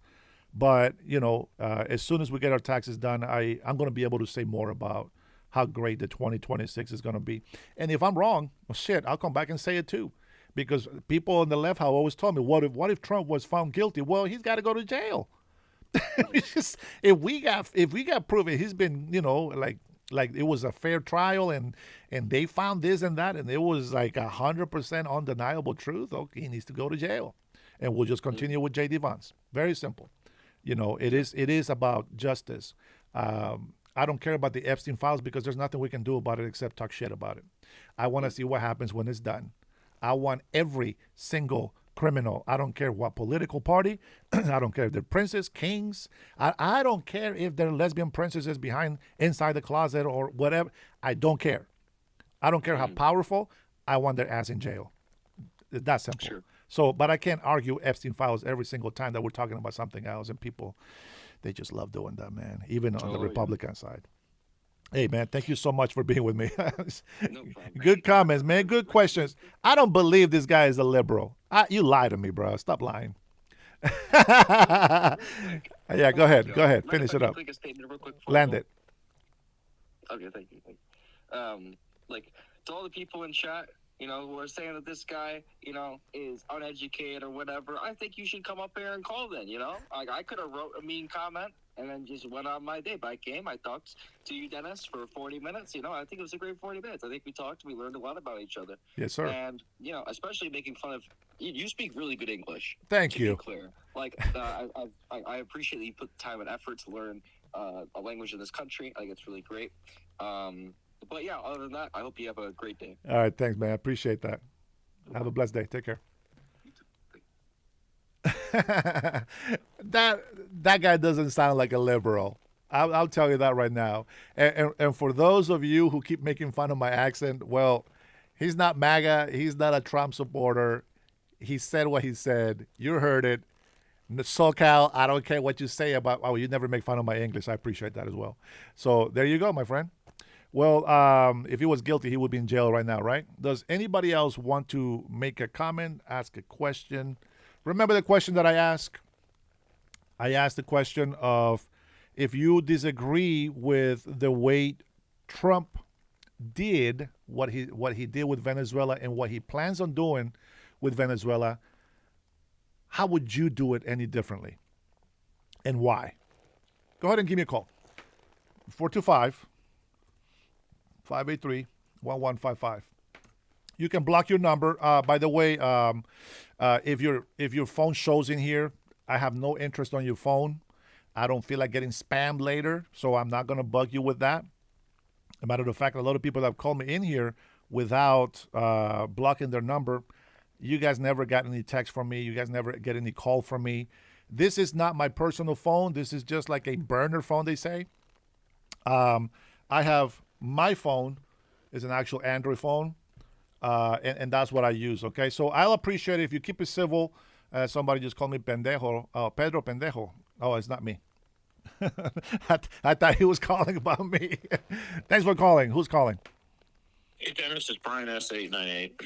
Oh, 898, you better behave and stay on subject. You heard my question?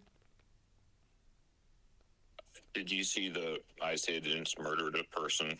No, I'm not reading those comments. I asked a question. Did you hear the question?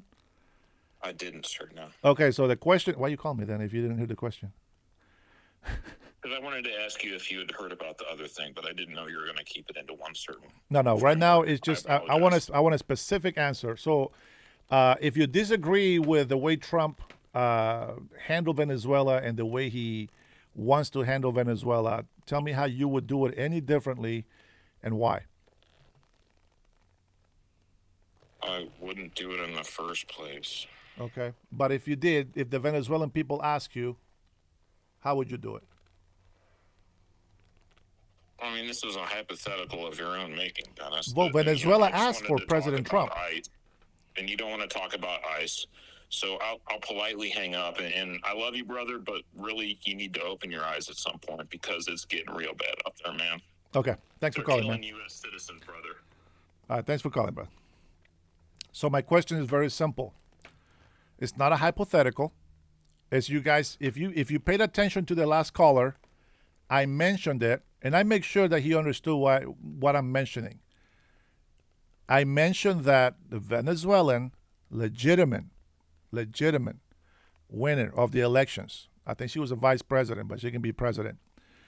She asked Trump, the United States of America, for help. Offer oil, rare earth minerals. Trump saw that, and then he saw the drug issues that are in our country, decided to start taking matters into his own hand. He's sick and tired of seeing Americans dying from drugs, and so he's doing that. Took out the boats and then the port. You got to listen, because otherwise we're just going to argue. I know you're going to try to make me look like an asshole, but I'm giving you a real choice. Hoopty, I saw the comment. I forgot. I didn't want to interrupt the caller, but I heard what you say, brother. Thank you so much. Reappropriate, I think, is what you said. So, again, the question is, if you disagree with how Trump went into about Venezuela, again, Venezuela asked President Donald Trump for help. Literally, directly. President Donald Trump. So he went and did that. Took him out. Remember, President Biden, he put a $25 million bounty. It was 15, I believe, then 25, then it went up to 50. So there is a bounty on his head. Like the guy has been indicted. I think they said it was in the southern region of the southern courts of New York, I think is what they said. Don't quote me. I'm bad with names and things like that, but I know the logic of my thinking. So the guy is wanted. He's indicted. They got proof. I mean, they arrested his nephews. They arrested his people. They were guilty, 100% convicted. But we released them, even though we knew that Nicolas Maduro was wrong, even though we knew he's a dictator. He's a legitimate president. With that being said, what is wrong with President Donald Trump doing what he did? And if you disagree with that, right? If you disagree with that, tell me why. And how would you have done it any different? Is that the right word? Indictment, right? That's the word. He was found guilty. I think that's what that means. Let me take a look at my English dictionary here. I think it's the word. Let me see.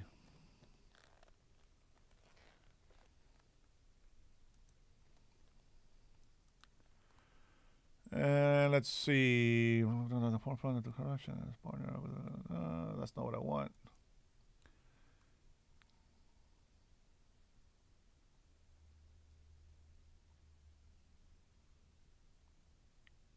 Here, let's read this, okay? So that I don't want to butcher anything here. We've touched on the ICE thing. 898 has been with us for a while now.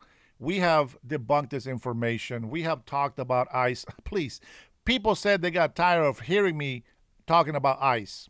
We talk about resident citizens, how they can lose their citizenship, their paper, and all this stuff. All right, here, somebody else is calling. So before we go into reading that, maybe he can help me with my English. All right, thank you for calling. Who's calling? Hey, SoCal. Oh, SoCal. Okay. Is that the word, right? Indictment? What? What's that? Yeah, indictment. Indictment, right? So what does that mean to you? If somebody's indicted? Yeah. It means that if the government has sufficient evidence to prove that they think they have sufficient evidence to prove that they're... To accuse, right? Committed a crime. Just to accuse, right? Okay. Committed a crime. All right. Thank you for that. What did you want to add today, bro? Well, you said you want... we'll talk about Venezuela since that's what you want to talk about. Okay. Did you have something else? I'm on the record saying we don't care about that, right? Okay. I'm on the record, right? Okay. All right, I got you. Okay, Since you insist. Go ahead. Since you insist on saying this is a good thing, if Trump had said, you know what, here's all the proof. Here's all the drugs. Once we did this bombing, we had ships go up to these boats and recover these drugs that they were coming to the U.S. Everybody would be like, oh, you know what? That's a good thing. But he's giving us a trust me, bro thing. I'm like, come on. Well, you know, the National Guard has the proof. I mean, like they haven't shown it in every drug bust. Like whenever they bust drugs coming in from Mexico, whatever. Yeah. What's the first thing law enforcement does? They come in, they take pictures, they invite the press, and they say, hey, you know what? Look at all this good work we're doing. We're preventing drugs coming in from America. Okay. So where's the distrust? The distrust is the fact that we both agreed our president can exaggerate, Sure. i.e. lie, Sure. right? Sure. Why don't you just lay out the proof for the American people? Hey, we blew up a boat. We sent the Coast Guard in. This is what they found. Here's all the drugs that they recovered. Uh-huh. We haven't seen one. You haven't seen one? We haven't seen one photo of here's all the drugs. Have you not seen the videos of the drugs? There's been no videos, Dennis. What videos? They've been showing us videos from. Okay, so you haven't been looking for it. Okay, let me see if I can find some. Go ahead, continue. What would you do better? I wouldn't do it. Like, I mean, I think that other caller was saying. So you let the Venezuelans suffer? Hey, there's lots of people in this world who are suffering. Exactly. Do we do everything because some country says, "Hey, come help us here, please"? We don't do that. That's kind of how what we do. That's kind of how we do it. Sometimes, if we're like, all right, there's an interest for us. Yeah, sure. Like we went to Iraq because there was an interest for us. Whatever, we've been in Afghanistan. There's an interest for us. Yeah. Right. But I mean, honestly, he spent over $1 billion in bombing, whatever it is. Some servicemen were injured. To do what? Law enforcement? So if Nicolas Maduro? you think you're gonna have a bag of drugs when you blow it up? There'll be some evidence. Well, they had survivors, right? They had some survivors. Wasn't that the issue with one of the boats? The point is to have no survivors. We want them dead. 5 strikes, it doesn't matter. But here's what I'm saying. There was some survivors, right? They could have said, hey, go capture those guys and capture whatever is left of the remnants of the drugs. Could they not have done that? Well, we have been doing all that stuff. It just hasn't worked. No, we haven't seen any evidence of it. That's the point I'm trying to make. Okay, let me see what this... I found this video about some boats. Let me see what this is, and let's watch it together. Let's see what this is. I don't have you on my stream. I have you on... The Trump administration continues to back Secretary of War Pete Hegseth's decision to target alleged narco-terrorists in the Caribbean and Eastern Pacific. Let's go to Emma Withrow from the Fact Check team. These boat strikes have been highly publicized, but I'm curious what we actually know about these boats. So we know that they're mostly these kind of small, they call them go-fast fishing style boats, and they're usually carrying up to a ton or two of cocaine at a time. The U.S. strikes this year have hit at least 22 boats, killing 82 people on them. The Washington Post reported, along with some other outlets, that some local officials actually identified many of these people as low-level fishermen, not high-ranking cartel operatives, but this hasn't been confirmed by anyone in our government. On our end, the president and Pete Hegseth have said that these people are narco-terrorists who are tied to some large-scale cartels. If only a small share even moves through Venezuela, where are these boats actually going? So this is kind of a common misconception, I think, for just seeing how these strikes have played out. So according to UNODC, also some DEA reporting, and a report from the Center for Strategic Studies, these boats mostly run from Colombia and Venezuela into Trinidad and Tobago, the Dominican Republic, and also Puerto Rico, which is a common... All right, here, hold on. You left my speaker. Hold on, you left my speakerphone. Hold on. Okay. What was that again? I was saying, if they can't tell if they're fishermen or drug boats and they're just bombing them and then they come out and say, well, you can see that white thing right there, right? Yeah, that's the drugs. Okay. All right. So there is. If you want me on your team, show me the evidence. Okay. Oh, hey. So we bombed them. Here's what we collected. This is what was left. Yeah. I'd be like, that's a good thing. Okay. Sure. Okay. So if I tell you, okay, just you, if I tell you, hey, I know you're sending these boats here with drugs, and I know it's you, and you don't tell me, no, it's not me, Why would you do that? It's building a narrative, right? But he didn't deny it. Trump has been doing. Yeah, he didn't deny it. But this is one thing where I'll give Trump all the credit here. No. I'm looking at both sides, so I'm waiting to hear Nicolas Maduro say, "No, I am not sending drugs," but he didn't deny it. I don't even care. I don't even care. But that's proof to me. His silence is proof. That's not proof, then. It is proof. It's not. So when somebody asks somebody to speak the truth, If you go into a court of law and you say, "Hey," like right now they're going to try him, right? Yeah. In New York court. Yeah. And they say, "Hey, Nicholas Smith, that means he's guilty." so they're gonna have proof to show, right? They got to show that these boats are, yeah. So they're gonna have proof that this. Remember, he's already been found guilty in the court. That's the reason why Biden put. That's why Biden put a warrant for his arrest. He was indicted. He wasn't found guilty. There's a difference. You just asked me what Okay, indicted means. He was so indicted. so tell me, what was the purpose then of putting a bounty on his head? What does that do? Dang it, this thing is dropping off. Bad guys.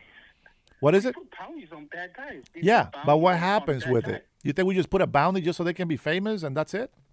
What do you think should happen to that bounty? Should we collect? They're trying to entice somebody to give them up, and then they'll give that person the bounty. Isn't that the idea of it? Yeah, it didn't work. So that's what you would do different. So that's your answer. That's what you would do different. You will wait to see what happens. In the meantime, more than 70% of the population in Venezuela is starving to death. They're literally starving to death. Dennis, you see, again, you have a vested interest in Venezuela. Americans do not. We really don't. I am an American. What are you talking about? Why do you say Americans don't? All Americans that I have on this chat agree with me, except for the illegal immigrants and some of those people that don't care about the United States. I tell you, look at the polling. Look at any Poll, bro, come on. You know how many times I've answered a poll? Not once. Dennis, just look at Fox News polling, the ones you always playing because you're showing their channel all the time. You know what? I don't believe in polls. That's where you get your news. Look at their polling. They'll show you 2/3 of Americans are disagreeing with you. I have never voted for one of those polls. I have never been polled for that. Of Americans are disagreeing with Trump on this. Bro, do you want me to bring up Stephen A. Smith, bro? You want me to bring Stephen A. Smith? You want him to explain it to you? Do you want me to you want me to have him explain it to him? He can explain it. The guy is a lefty. He's a Democrat. Ana Navarro agrees with Trump. Every Democrat that knows about communism agrees with Trump. How can wait? How can you believe a poll?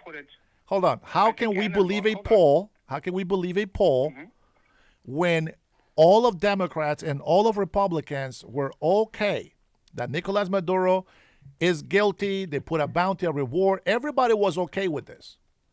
But because Trump went and got him out, that is the problem. I don't have an issue with them going and getting him out. Okay, so I said the question was, if you disagree with President Trump getting him out of there, Just left it alone. okay, but I said that, but that was the question. Now That, he wants to run Venezuela.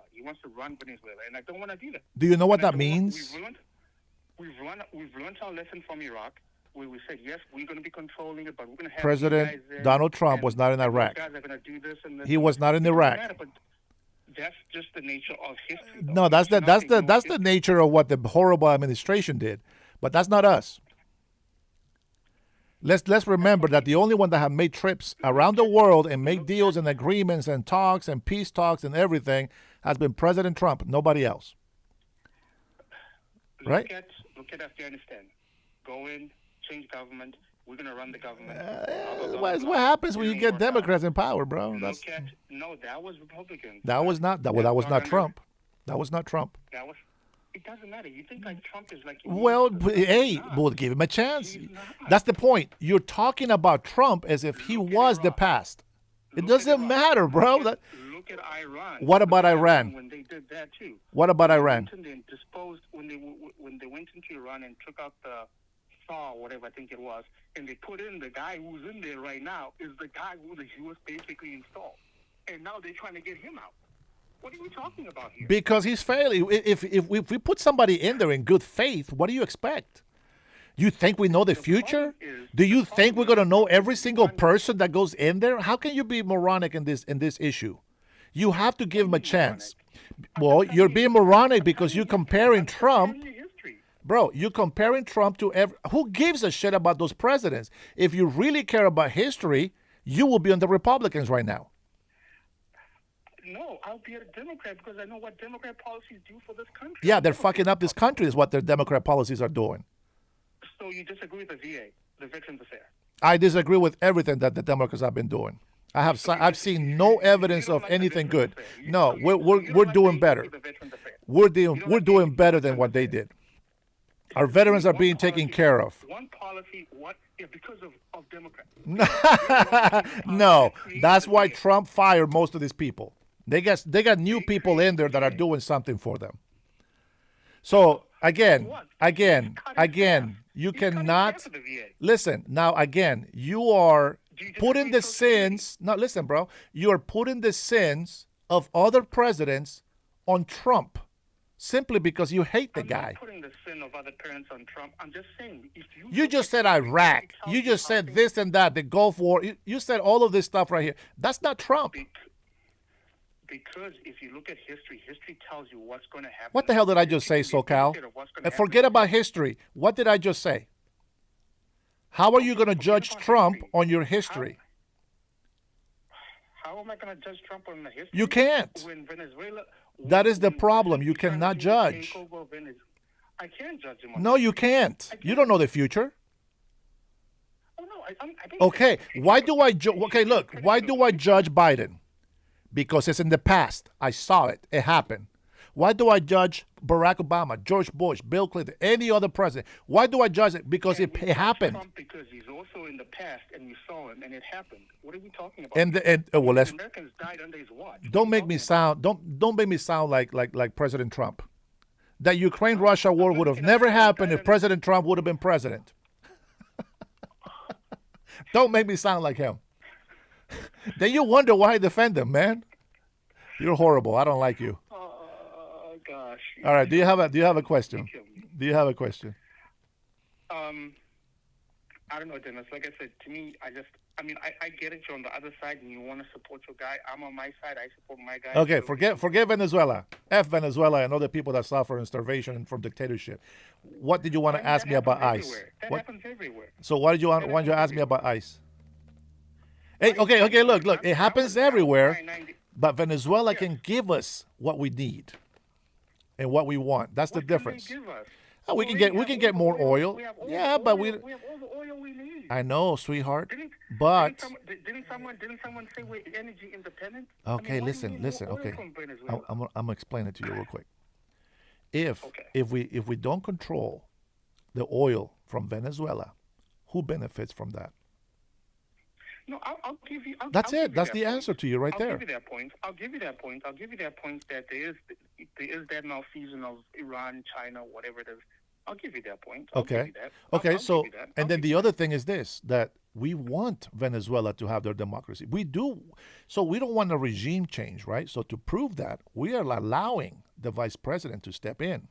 It sounds like she's trying to work some things out with us, so we're good on there. But at the end of the day, it's in the same way that Tim Walz is doing right now, is whether he stays in power or he steps down, he's not running for the next term, right? So we want the democracy that eventually will come to Venezuela and let the Venezuelan pick their leader. We're not going to put one there for them, right? That's why we didn't take this vice president out and just grab Machado and put her there. We're not doing that. We're not putting anybody in power. We're going to allow Venezuelans to put the right person in power. But they're also going to know that they're not going to be support. They're going to make money. Obviously, they're going to sell their oil to China and Russia, but it's going to be a fair price. It's not going to be this cheap-ass price that Maduro was giving them because they promised him an alliance. So that's where I'm at with Venezuela. Okay, I know you don't agree with me, but let's agree to disagree. What question do you have on ICE? Just to bother the shit out of 898 that called me in asking for ICE. Well, I guess he was just trying to make the point that I guess they think an American citizen was shot today by an ICE agent. So that's what they were saying. So you know I've been speaking and what the law says about green card holders and naturalized citizens, right? Yeah, I'm very familiar with it. Yeah, okay. So that's why I say those things. And remember, no one is above the law, and no one is above the law. If an American citizen goes out there and starts intervening with ICE, they're asking for it. They're not looking for a citizen to go and arrest. But if a citizen goes in there, especially these Chicano ones, right? You have these women. If you stick around for the last videos that I played from the crime chef, you will know that it's about illegal immigrants being deported, right? You hear all these people getting in the way. Just stay out of the way. That way you don't get arrested. Right, that's fair and fine. Doesn't it just trouble you that they are shooting? There's a potential they could be shooting U.S. citizens. They're not. Doesn't that trouble you? No. They shot one today. They shot that other lady the other day, a few months ago in Chicago, and where they lied and they said she rammed her car into them, and the video comes out and shows no, they were lying. She didn't ram their car. They rammed their car into her. I saw the video myself, and she did come across them. I saw the video myself. No, but then that was they rammed her. The video says they rammed her. They cannot ram. Well, that's the second video. But the other video shows that she rammed them first. That's how that works. And then they blocked her in. They dismissed the charges because there's no video showing that she rammed them. Okay, so they went to court, so and then they went to court, and then the judge says, "What evidence do you have?"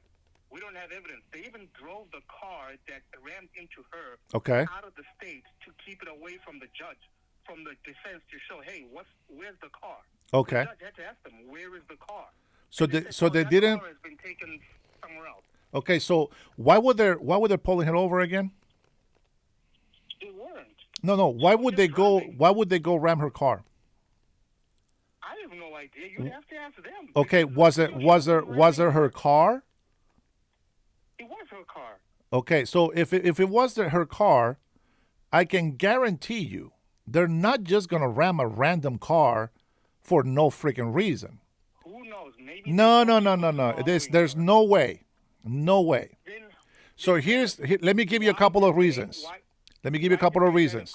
Why did they let her go then? If they have a reason, why did they go and drop the charges? Well, here's a couple of reasons. They have to sneak the car away. So I'm going to give you a couple of reasons. If these people, so there's people doxing, you have to understand this.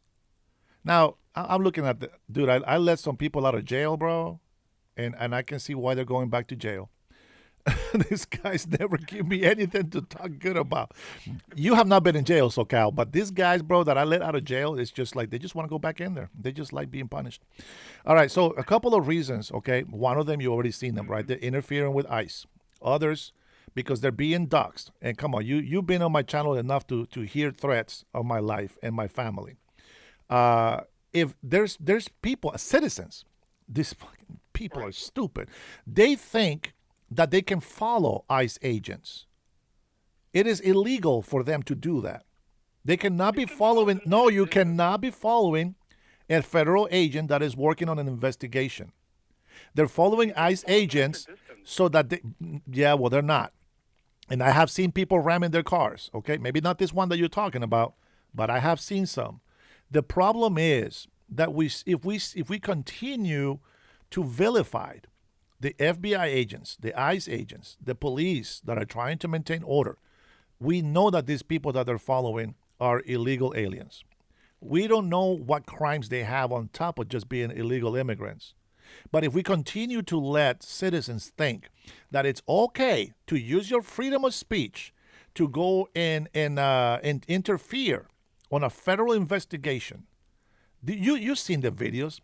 They're using their freedom of speech very irresponsibly. They get too damn close to the scene. They grab their phones and they want to go over there and get the face, and they don't care if the ICE agents, they need their place.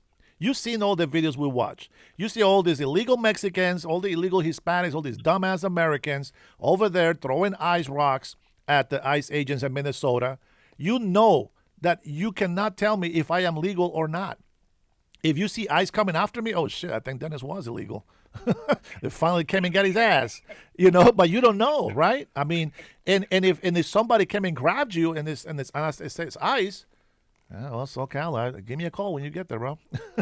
just let me know. See what we can do. See, Dennis, what is that called when they don't know, but they still pull you up? Investigation. It's called profiling. They got to They investigate. just profile you. Yes. They just profiling you. I will pull you over if you Right? look Mexican. But hey, I'm gonna. But a disclaimer, okay? There's a disclaimer. What's the disclaimer? Only because we had that invasion in this last couple of years. That's the only reason. Oh, Dennis. Yeah. Come on. No, I'm serious. If it wasn't for that, I would be on your side. I would be. But not on the citizens though. Not on the ones impeding or obstructing. I wouldn't be on their side still. But that is the only reason why I think that.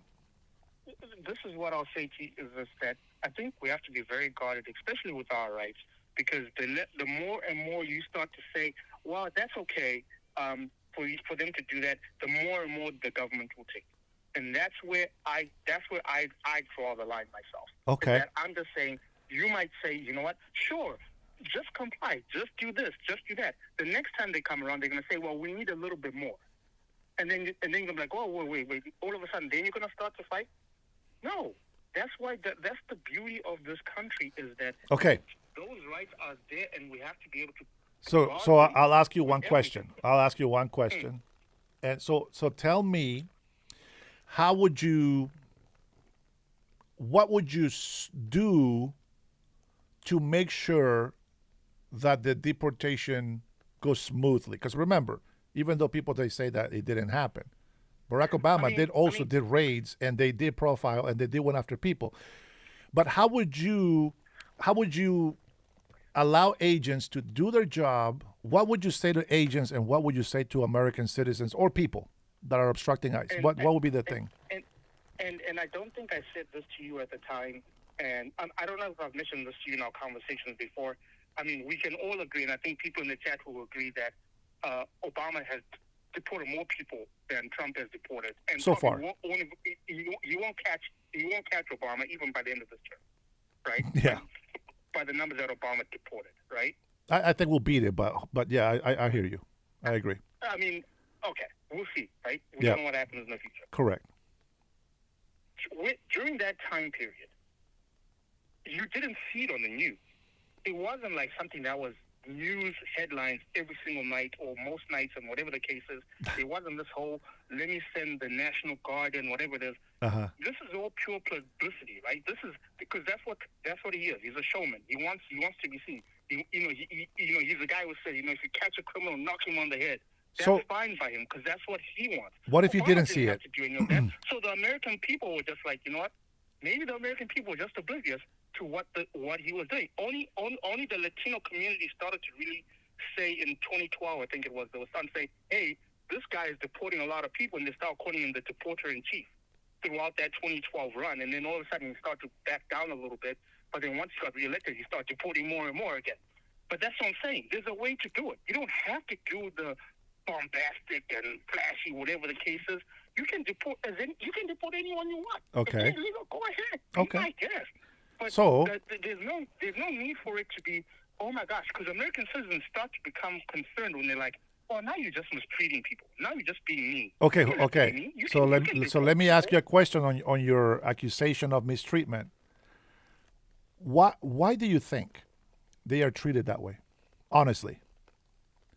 Why do you think that ICE agents just can't go in and say, okay, Jose, you got to go. Put your hands behind your back. Get in the back of the car. Why do you think? Here's what I'll say. Yes, they are resisting. There's no denying that.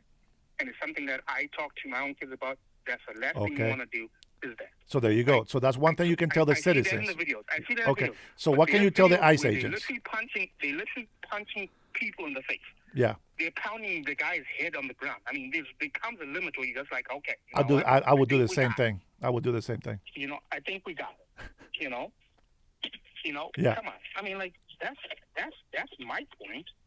I mean, Well, there's no it's need just for it. I've seen people look like I saw this reaction, and it's just like children. Children will test to see how far they can go with their bad behavior.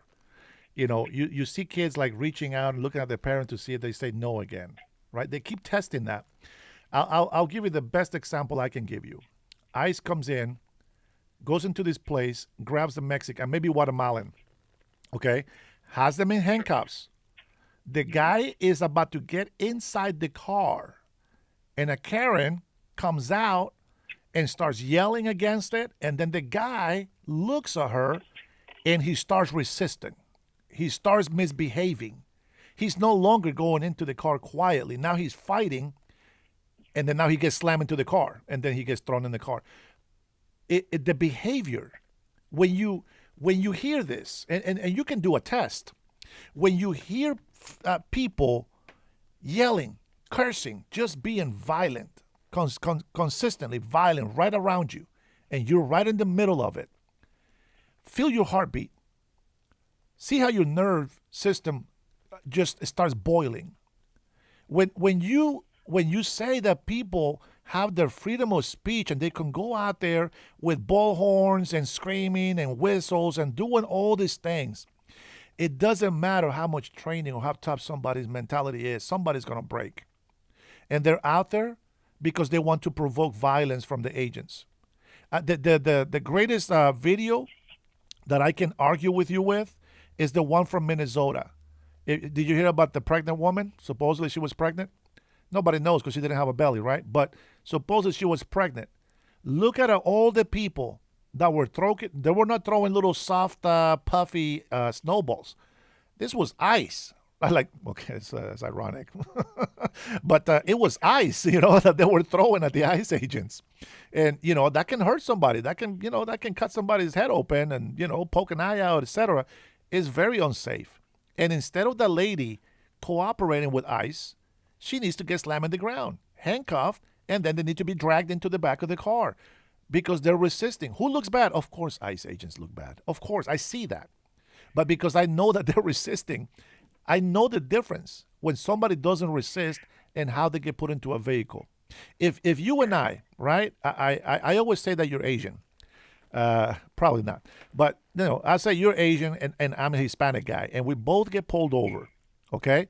I can guarantee you every single time, even if the cop looks rude at both of us and he's very strict and disciplined or whatever, I can tell you, I'm going to say, yes, sir. Yeah, put me in the back of the car. Okay, I understand. For your safety and mine, here's the handcuffs. I got it.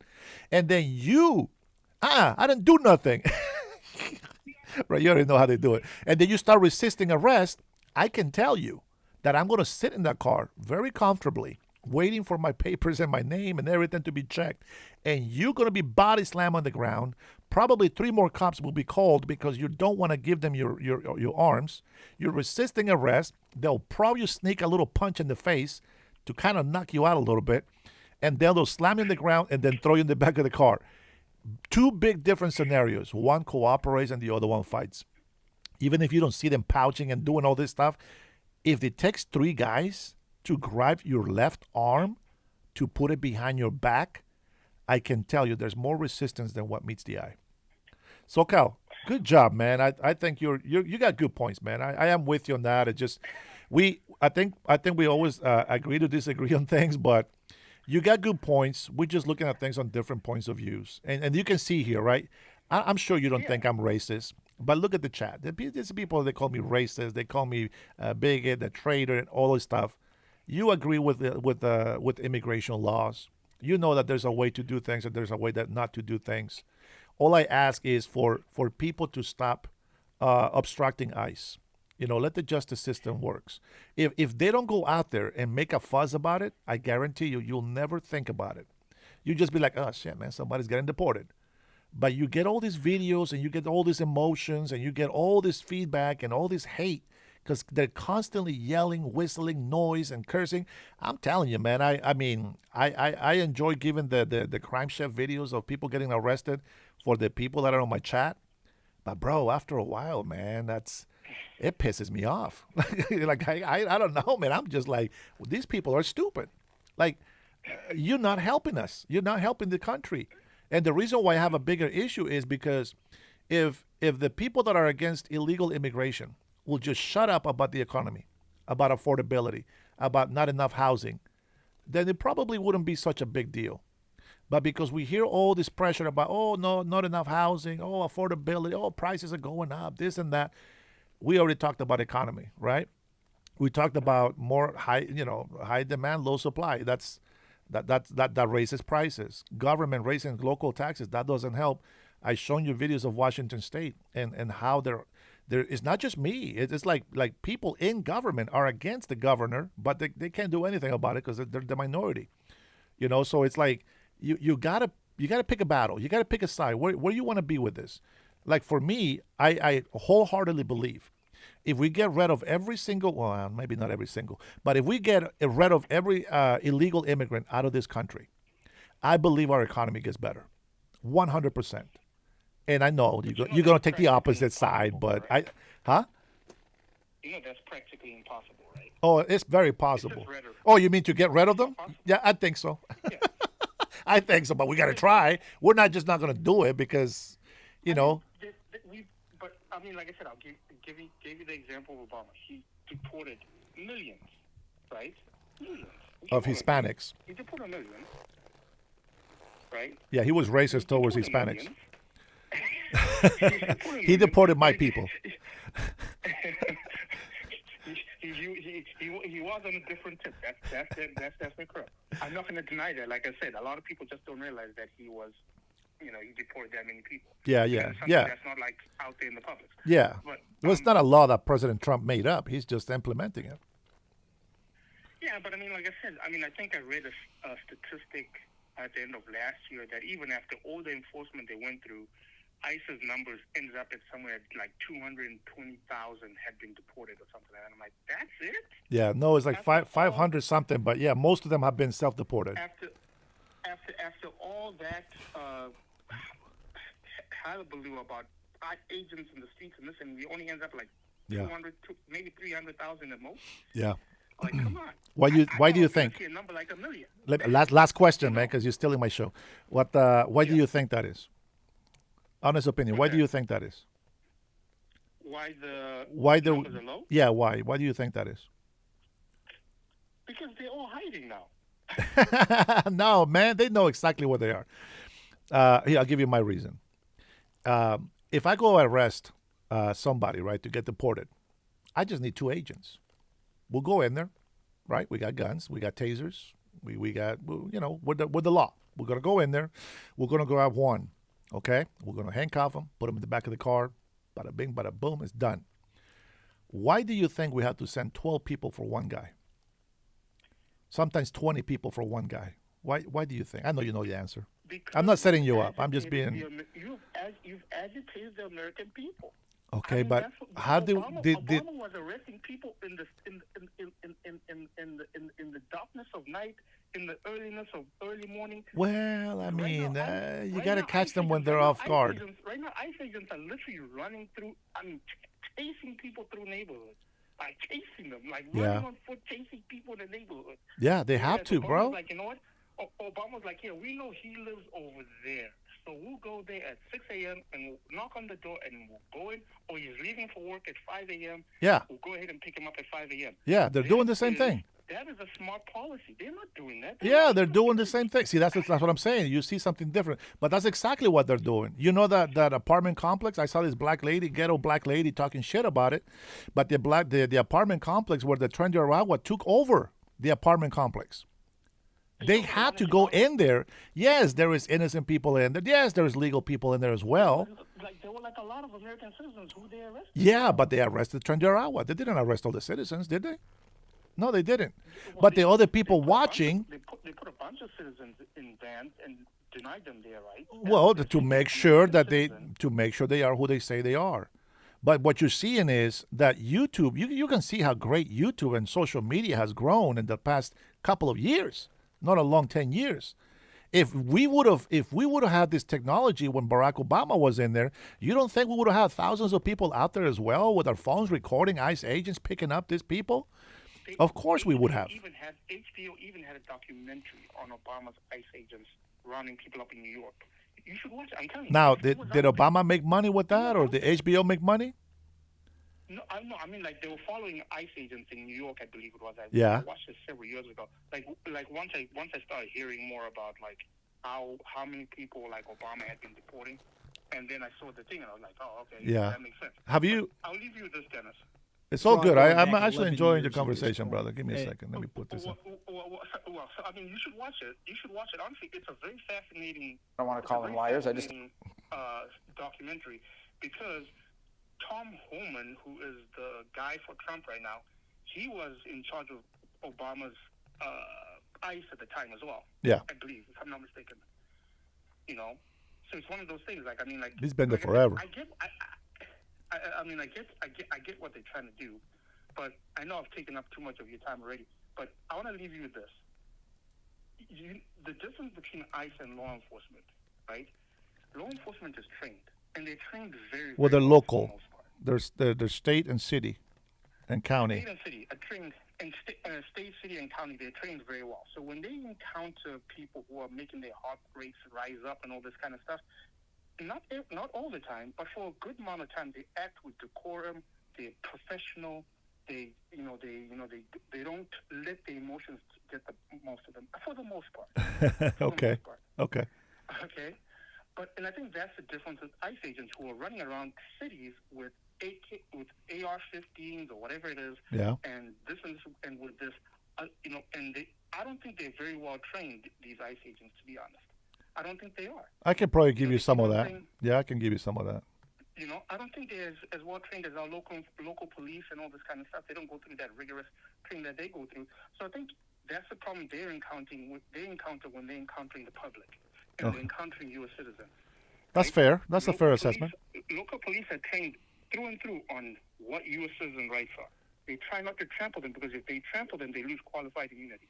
Okay. With that being said, don't you think? The U.S. citizen can sue them. Okay. So don't you think? Okay. So here's the thing. All right. I'm with you on that. We got to separate powers here. Remember, federal agents, they have jurisdiction everywhere. Okay. Federal agents, they are there trained to take out criminals, people that break the law, or blah, blah, blah, etc., right? So do police officers. But remember, police officers called peace officers, right? Federal agents from ICE, that's not a peace officer. That is an enforcer. That's more martial law right there, you know. That's a marshal. That's pretty much who they are. They don't bow down to the local police and vice versa. But my point on this would be, wouldn't you think that every single city and state would say, we're going to cooperate with you. We're going to send our police officers to keep the peace. We'll let you guys do your investigation, go arrest what you need to do, and we're going to make sure that the people behave, and they can do it. But the problem is that they're not helping the ICE agents. They're not giving them the criminals that are in jail. They're not giving them the criminal. The ICE agents are like, okay, hey, listen, if you don't want to help us, just get the hell out the way. Remember, that's what Tom Homan said. You know, whether you want to help us or not, we're coming, and we're going to look back, but we're still coming. So my point would be, if I want the peace in my state, I am going to make sure that all my police officers are available to maintain the peace. We're going to watch a crime chef before I finish this show today, and I think it's coming. So I got a couple of clips. Don't worry, I'm going to go live again, because there is another thing there's a few more things that we're going to watch, but maybe I'll catch you on the next one. Okay, brother? Thank you for your input, man. You were awesome. Appreciate you. All right. Keep talking shit in the chat. Take it easy. Peace, brother. All right. So there's a lot of different points of views, right, on how we see things, and I appreciate everything he says. We're just looking at it from different points of views, and you know, I feel like if the citizens, if the people will get out of the way of ICE agents, we wouldn't have such emotional disruption per se. And at the same time, it's like, you know, ICE agents, they are not there to enforce local laws, and they know that they can detain people and then give them to the police. And if the police doesn't want to do their job and help them, it is what it is. But nonetheless, they have every right to arrest everybody that is rioting against ICE agents. They have every right. They just don't have the manpower. But I think that from all I've seen is like when somebody comes in, a couple, maybe 2-4 people come in and they try to arrest somebody. When there is no fight back, when there is no citizens, they think they're doing the right thing, but they don't know who they're defending. Just like these protesters over there, Communist of America, they're like, oh, hands off Venezuela, get out of Venezuela. They don't even know that Venezuelans are actually celebrating. And they're like, oh, what? Oh, I didn't know that. Yeah, we know that you don't know that. You just take one perspective, but you don't try to figure out what the hell is going on. Is this bad? Is this good? Well, let's take a look at both sides of the story. Where do we go with this, right? So that's where I'm at. Not wars from those presidents. Oh, please. Come on. I'm going to tell you something. We are ready for war if that's what it takes. And I'm going to be very honest with you, people. I'm going to be very honest with you. Now, I'm nobody. I'm just a small-time Joe here. But I'm going to be very honest. Most of the American patriots are getting sick and tired of the leftists whining and complaining and defending criminals. That Civil War II has been mentioned very, very many times. Many, many, many times. And you guys don't see the harm that that's going to cost us. We have a democracy. You on the left always talk about democracy. Well, guess what? We won. So as I always say, shut the hell up and get out the way. Let us do our job. We got 4 years.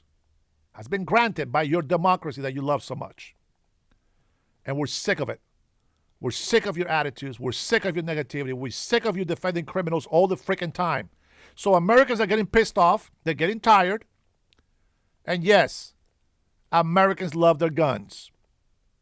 And what you people don't see is our enemies are watching that. And they want us to fight each other.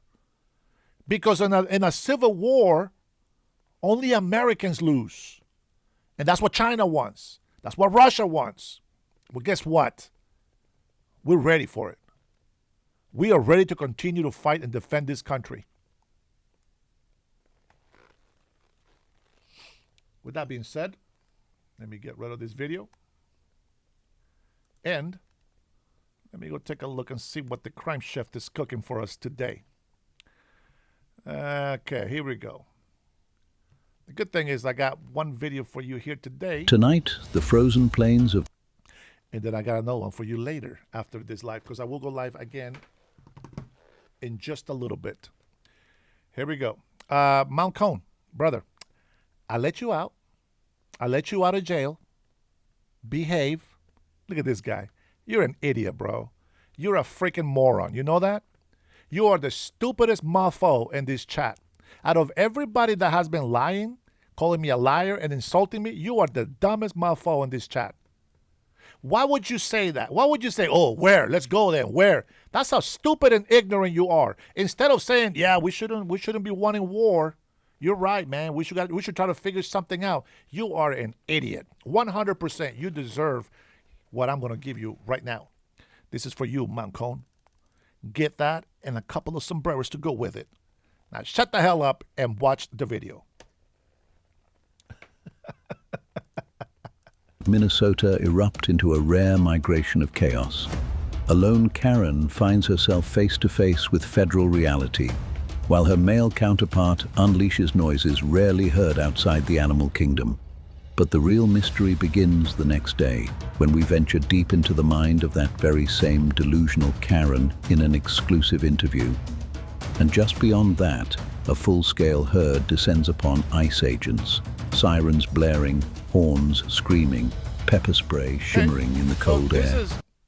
This is kind of like an older video. We see it. Okay, so there's ICE agents. They're coming in. They're after one specific person. Why is that big commotion about it? Well, there's some cars blocking them. People are coming in, interfering in the investigation. They're interfering. They're obstructing federal agents. People forget that. They think ICE agents are just agents that stay at the border. No, they're federal agents. And yes, they have been granted access to go anywhere in the country. Because illegals don't stay at the border. They leave the border. That's right, Lone Wolf. Yep. A battle unfolds. A single misstep changes everything. We also have a surprise visit from the FBI as they have a standoff with a pajama pants male Karen in the frozen tundra. Elsewhere, ICE approaches a Somali restaurant, and what happens inside shifts the tone of the entire night. And believe it or not, this is only the beginning. You should probably subscribe now because we have new ICE expeditions every day. So if he has an ID, if he really is a citizen, well, they're going to go to the holding facility. They're going to go through the courts or whatever they have to do to verify. Just comply. Instead of making it very unsafe, not just for themselves, but for the agents themselves. And then you go and share these videos cussing out and hating and all this violence showing on there. What do you think you're promoting to the rest of the people? The same thing. Look at Somalis. Look at the way that they treat Nick Shirley because he went over there and exposed their fraud. They play the victim. Oh, racist. He's a MAGA YouTuber. Remember that? MAGA YouTuber, they say. That's the problem, people. Just get out of the way, man, and just listen. How many times have we heard this? Don't fight with the police officers when they pull you over. Fight them in court. That's how you win. If you act a fool and say, I didn't do nothing. I didn't do nothing. If you don't comply, they will get you. Resisting arrest. Why? Because you act a fool. Cooperate, and if they're doing something illegal, you take them to court. And then you battle that in court. But you don't make an ass out of yourself because you might just end up losing. Very simple, guys. Buckle up. Our journey starts now. ¿Cómo se llama? What's your name? Oh, you got it? A rapid response. She's being arrested. Okay. So you say, why did they throw her in the ground? She's over there yelling help. She's obviously resisting arrest. These ICE agents wouldn't be doing this if she didn't do that. Help! Help me! What's your date of birth? What's your name? Here you go, ma'am. 313-7. Look at that. They even put their hat on her. Make sure she stays nice and warm. These pathetic Minnesota residents choose Somalian invaders over their fellow Americans. Enjoy your jail cell. See, there you go. An American citizen being arrested. Does that make you happy, 898? Ask me again. Why is ICE agents arresting American citizens? Well, here's one of the Karen retards. Here's one of the examples for you, my friend. What you're doing is illegal. Why are you arresting her? Because Karen wanted to impede federal agents on behalf of illegal Somalians. Thank you, Crime Chef.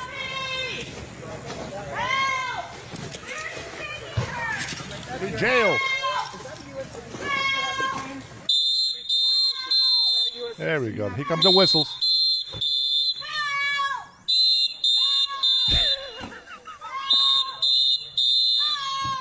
That's right, Toe.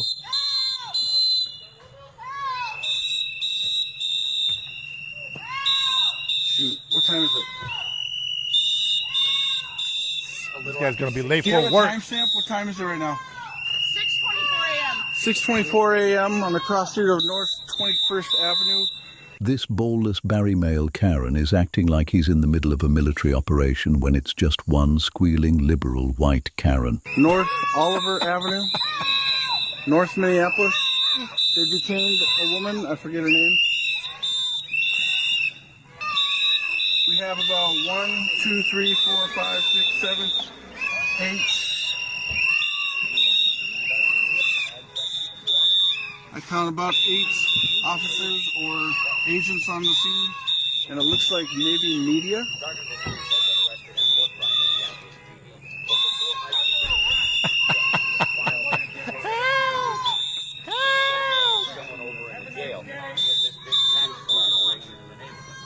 What happens after the arrest is even stranger, because the very next day, she decides to speak out, proudly, and what she says will take us deeper into the delusional Karen mind than ever before.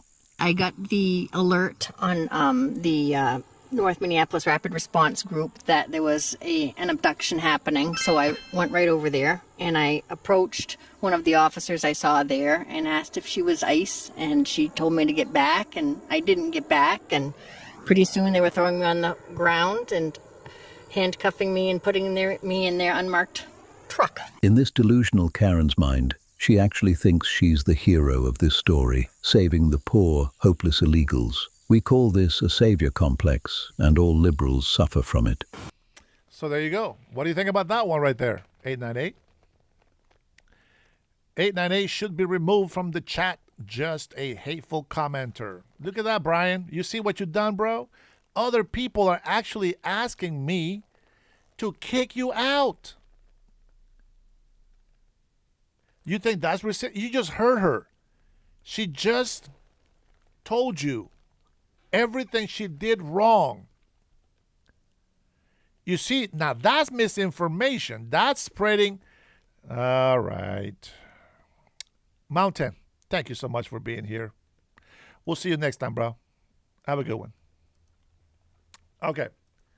So she's in here telling you that she was over there obstructing justice, impeding federal agents, and she thinks that she is the victim. White guilt, there you go, somebody just mentioned it. White guilt, it's a very horrible disease. You should get rid of it. You should get rid of it. Let's see, Beck says, don't get me wrong, no demand. I applied for I-30 visa in 10 years, no result.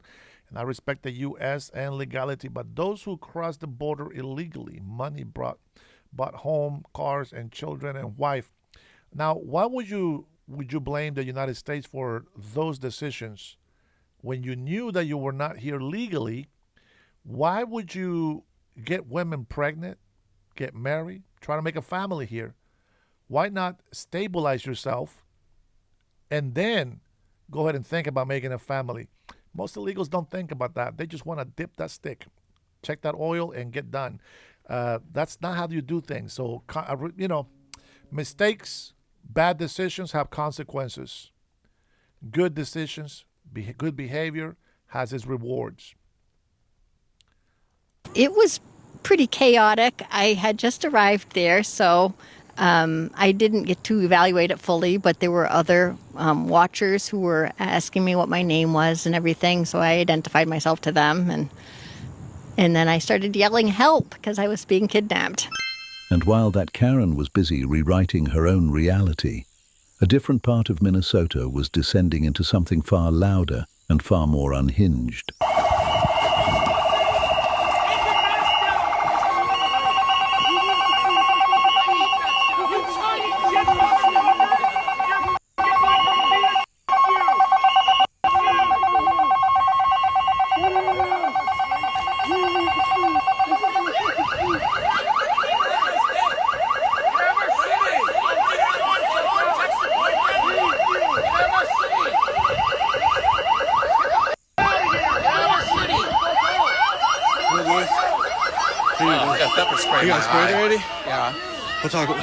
This male Karen needs to go home. He's not cut out for the front lines. Are you okay? Get out of the street! Get out of the street!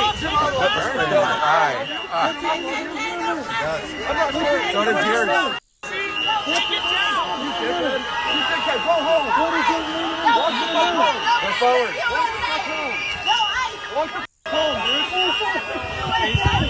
Thanks for sticking with it. Pepper spray in the eye. You have no jurisdiction here. Now you can go. Hey, move. Move out of the street. Shame! Shame! When the Karen runs out of moves, it resorts to shame, a mostly useless defense mechanism. Get out of the city. Get out of the city. Yeah, get out of our city. You don't. Get out of the city. Nobody wants you here. You need to go. Nobody wants you here. Cool, bro, with your knee pads. Move, goddammit. You need to move now. You can go. She can't. There's people in front of her. Move out of the way. Move out of the way. Move out of the way. Move out. Get off the street right now. So they're asking them to move out of the way, and it's like nobody's talking to them. This is what you want to defend? Move out of the way! They pepper sprayed the car. Pepper sprayed the car. Sorry about this, excuse me. They were marking the vehicle.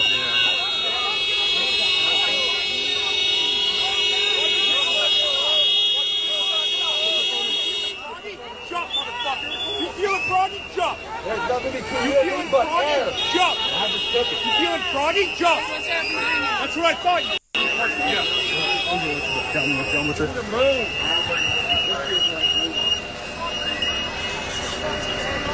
Hey, if you don't come and see me, I will pull you out of the vehicle. I will pull you out of the vehicle. You need to move now.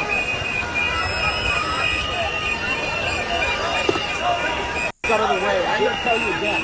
Come on. Come on. You need to go now.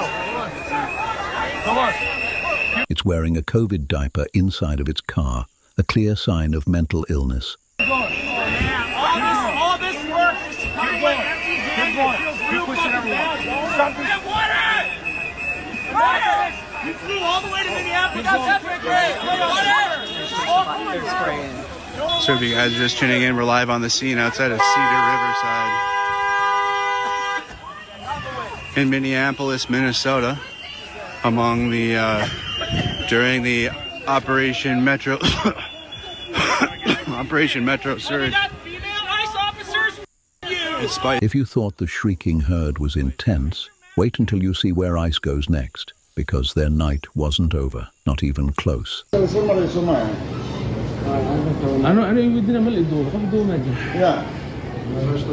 how to drive.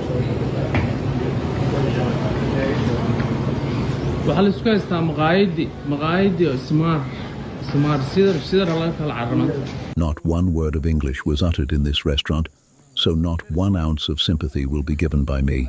Now let's check in on the FBI situation. Elijah, this is the FBI. Exit the residence with your hands off and empty. This guy always says hi, he's friendly. I don't know if that's Elijah. Elijah, not a great day. Do better, man.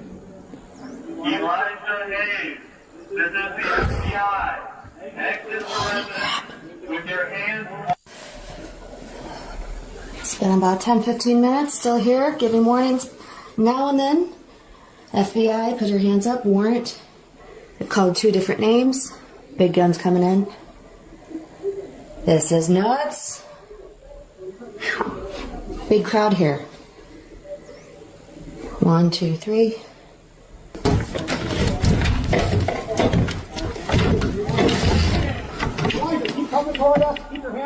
Here it comes, good job.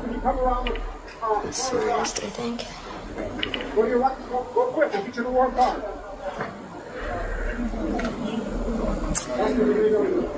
I don't think I've ever seen this kid.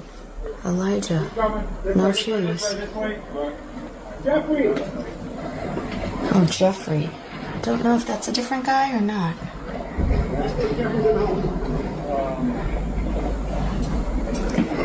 Ma'am, go back in your house. I'm supposed to leave for work, but I'm giving them their space.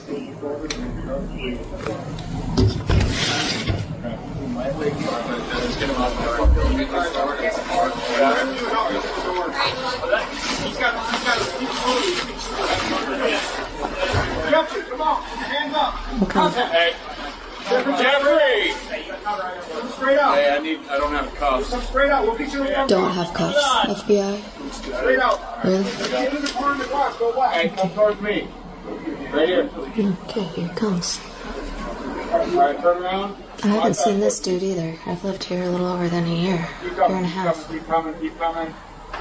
Keep coming. He's got socks on. Stop. All right, keep coming. Take a step to the right. All right, start walking back. This is wild. What happens behind closed? This is wild. So I know that you guys noticed the visual, right? You noticed the visual, the fat men being completely naked and all this stuff. And you say, why they have their guns pointing at them? But you didn't hear anything that the girl was talking about, right? You didn't hear that she's never seen these people here. They don't know what criminalities that they're committing. They don't know anything. You know, and if they're, well, I don't see how far that fat guy's gonna make it if he starts running. But nonetheless, we're not gonna just put the guns away and be like, okay, come on, sir, come on over here. We're not from England. It is what it is. We'll go ahead and take a listen at that video from the person that got shot. I think it's a deadly shooting is what it was, I think. We'll go ahead and take that later for our on our next live, maybe after we're done watching our next hearing, because I do have a hearing that I want to listen to.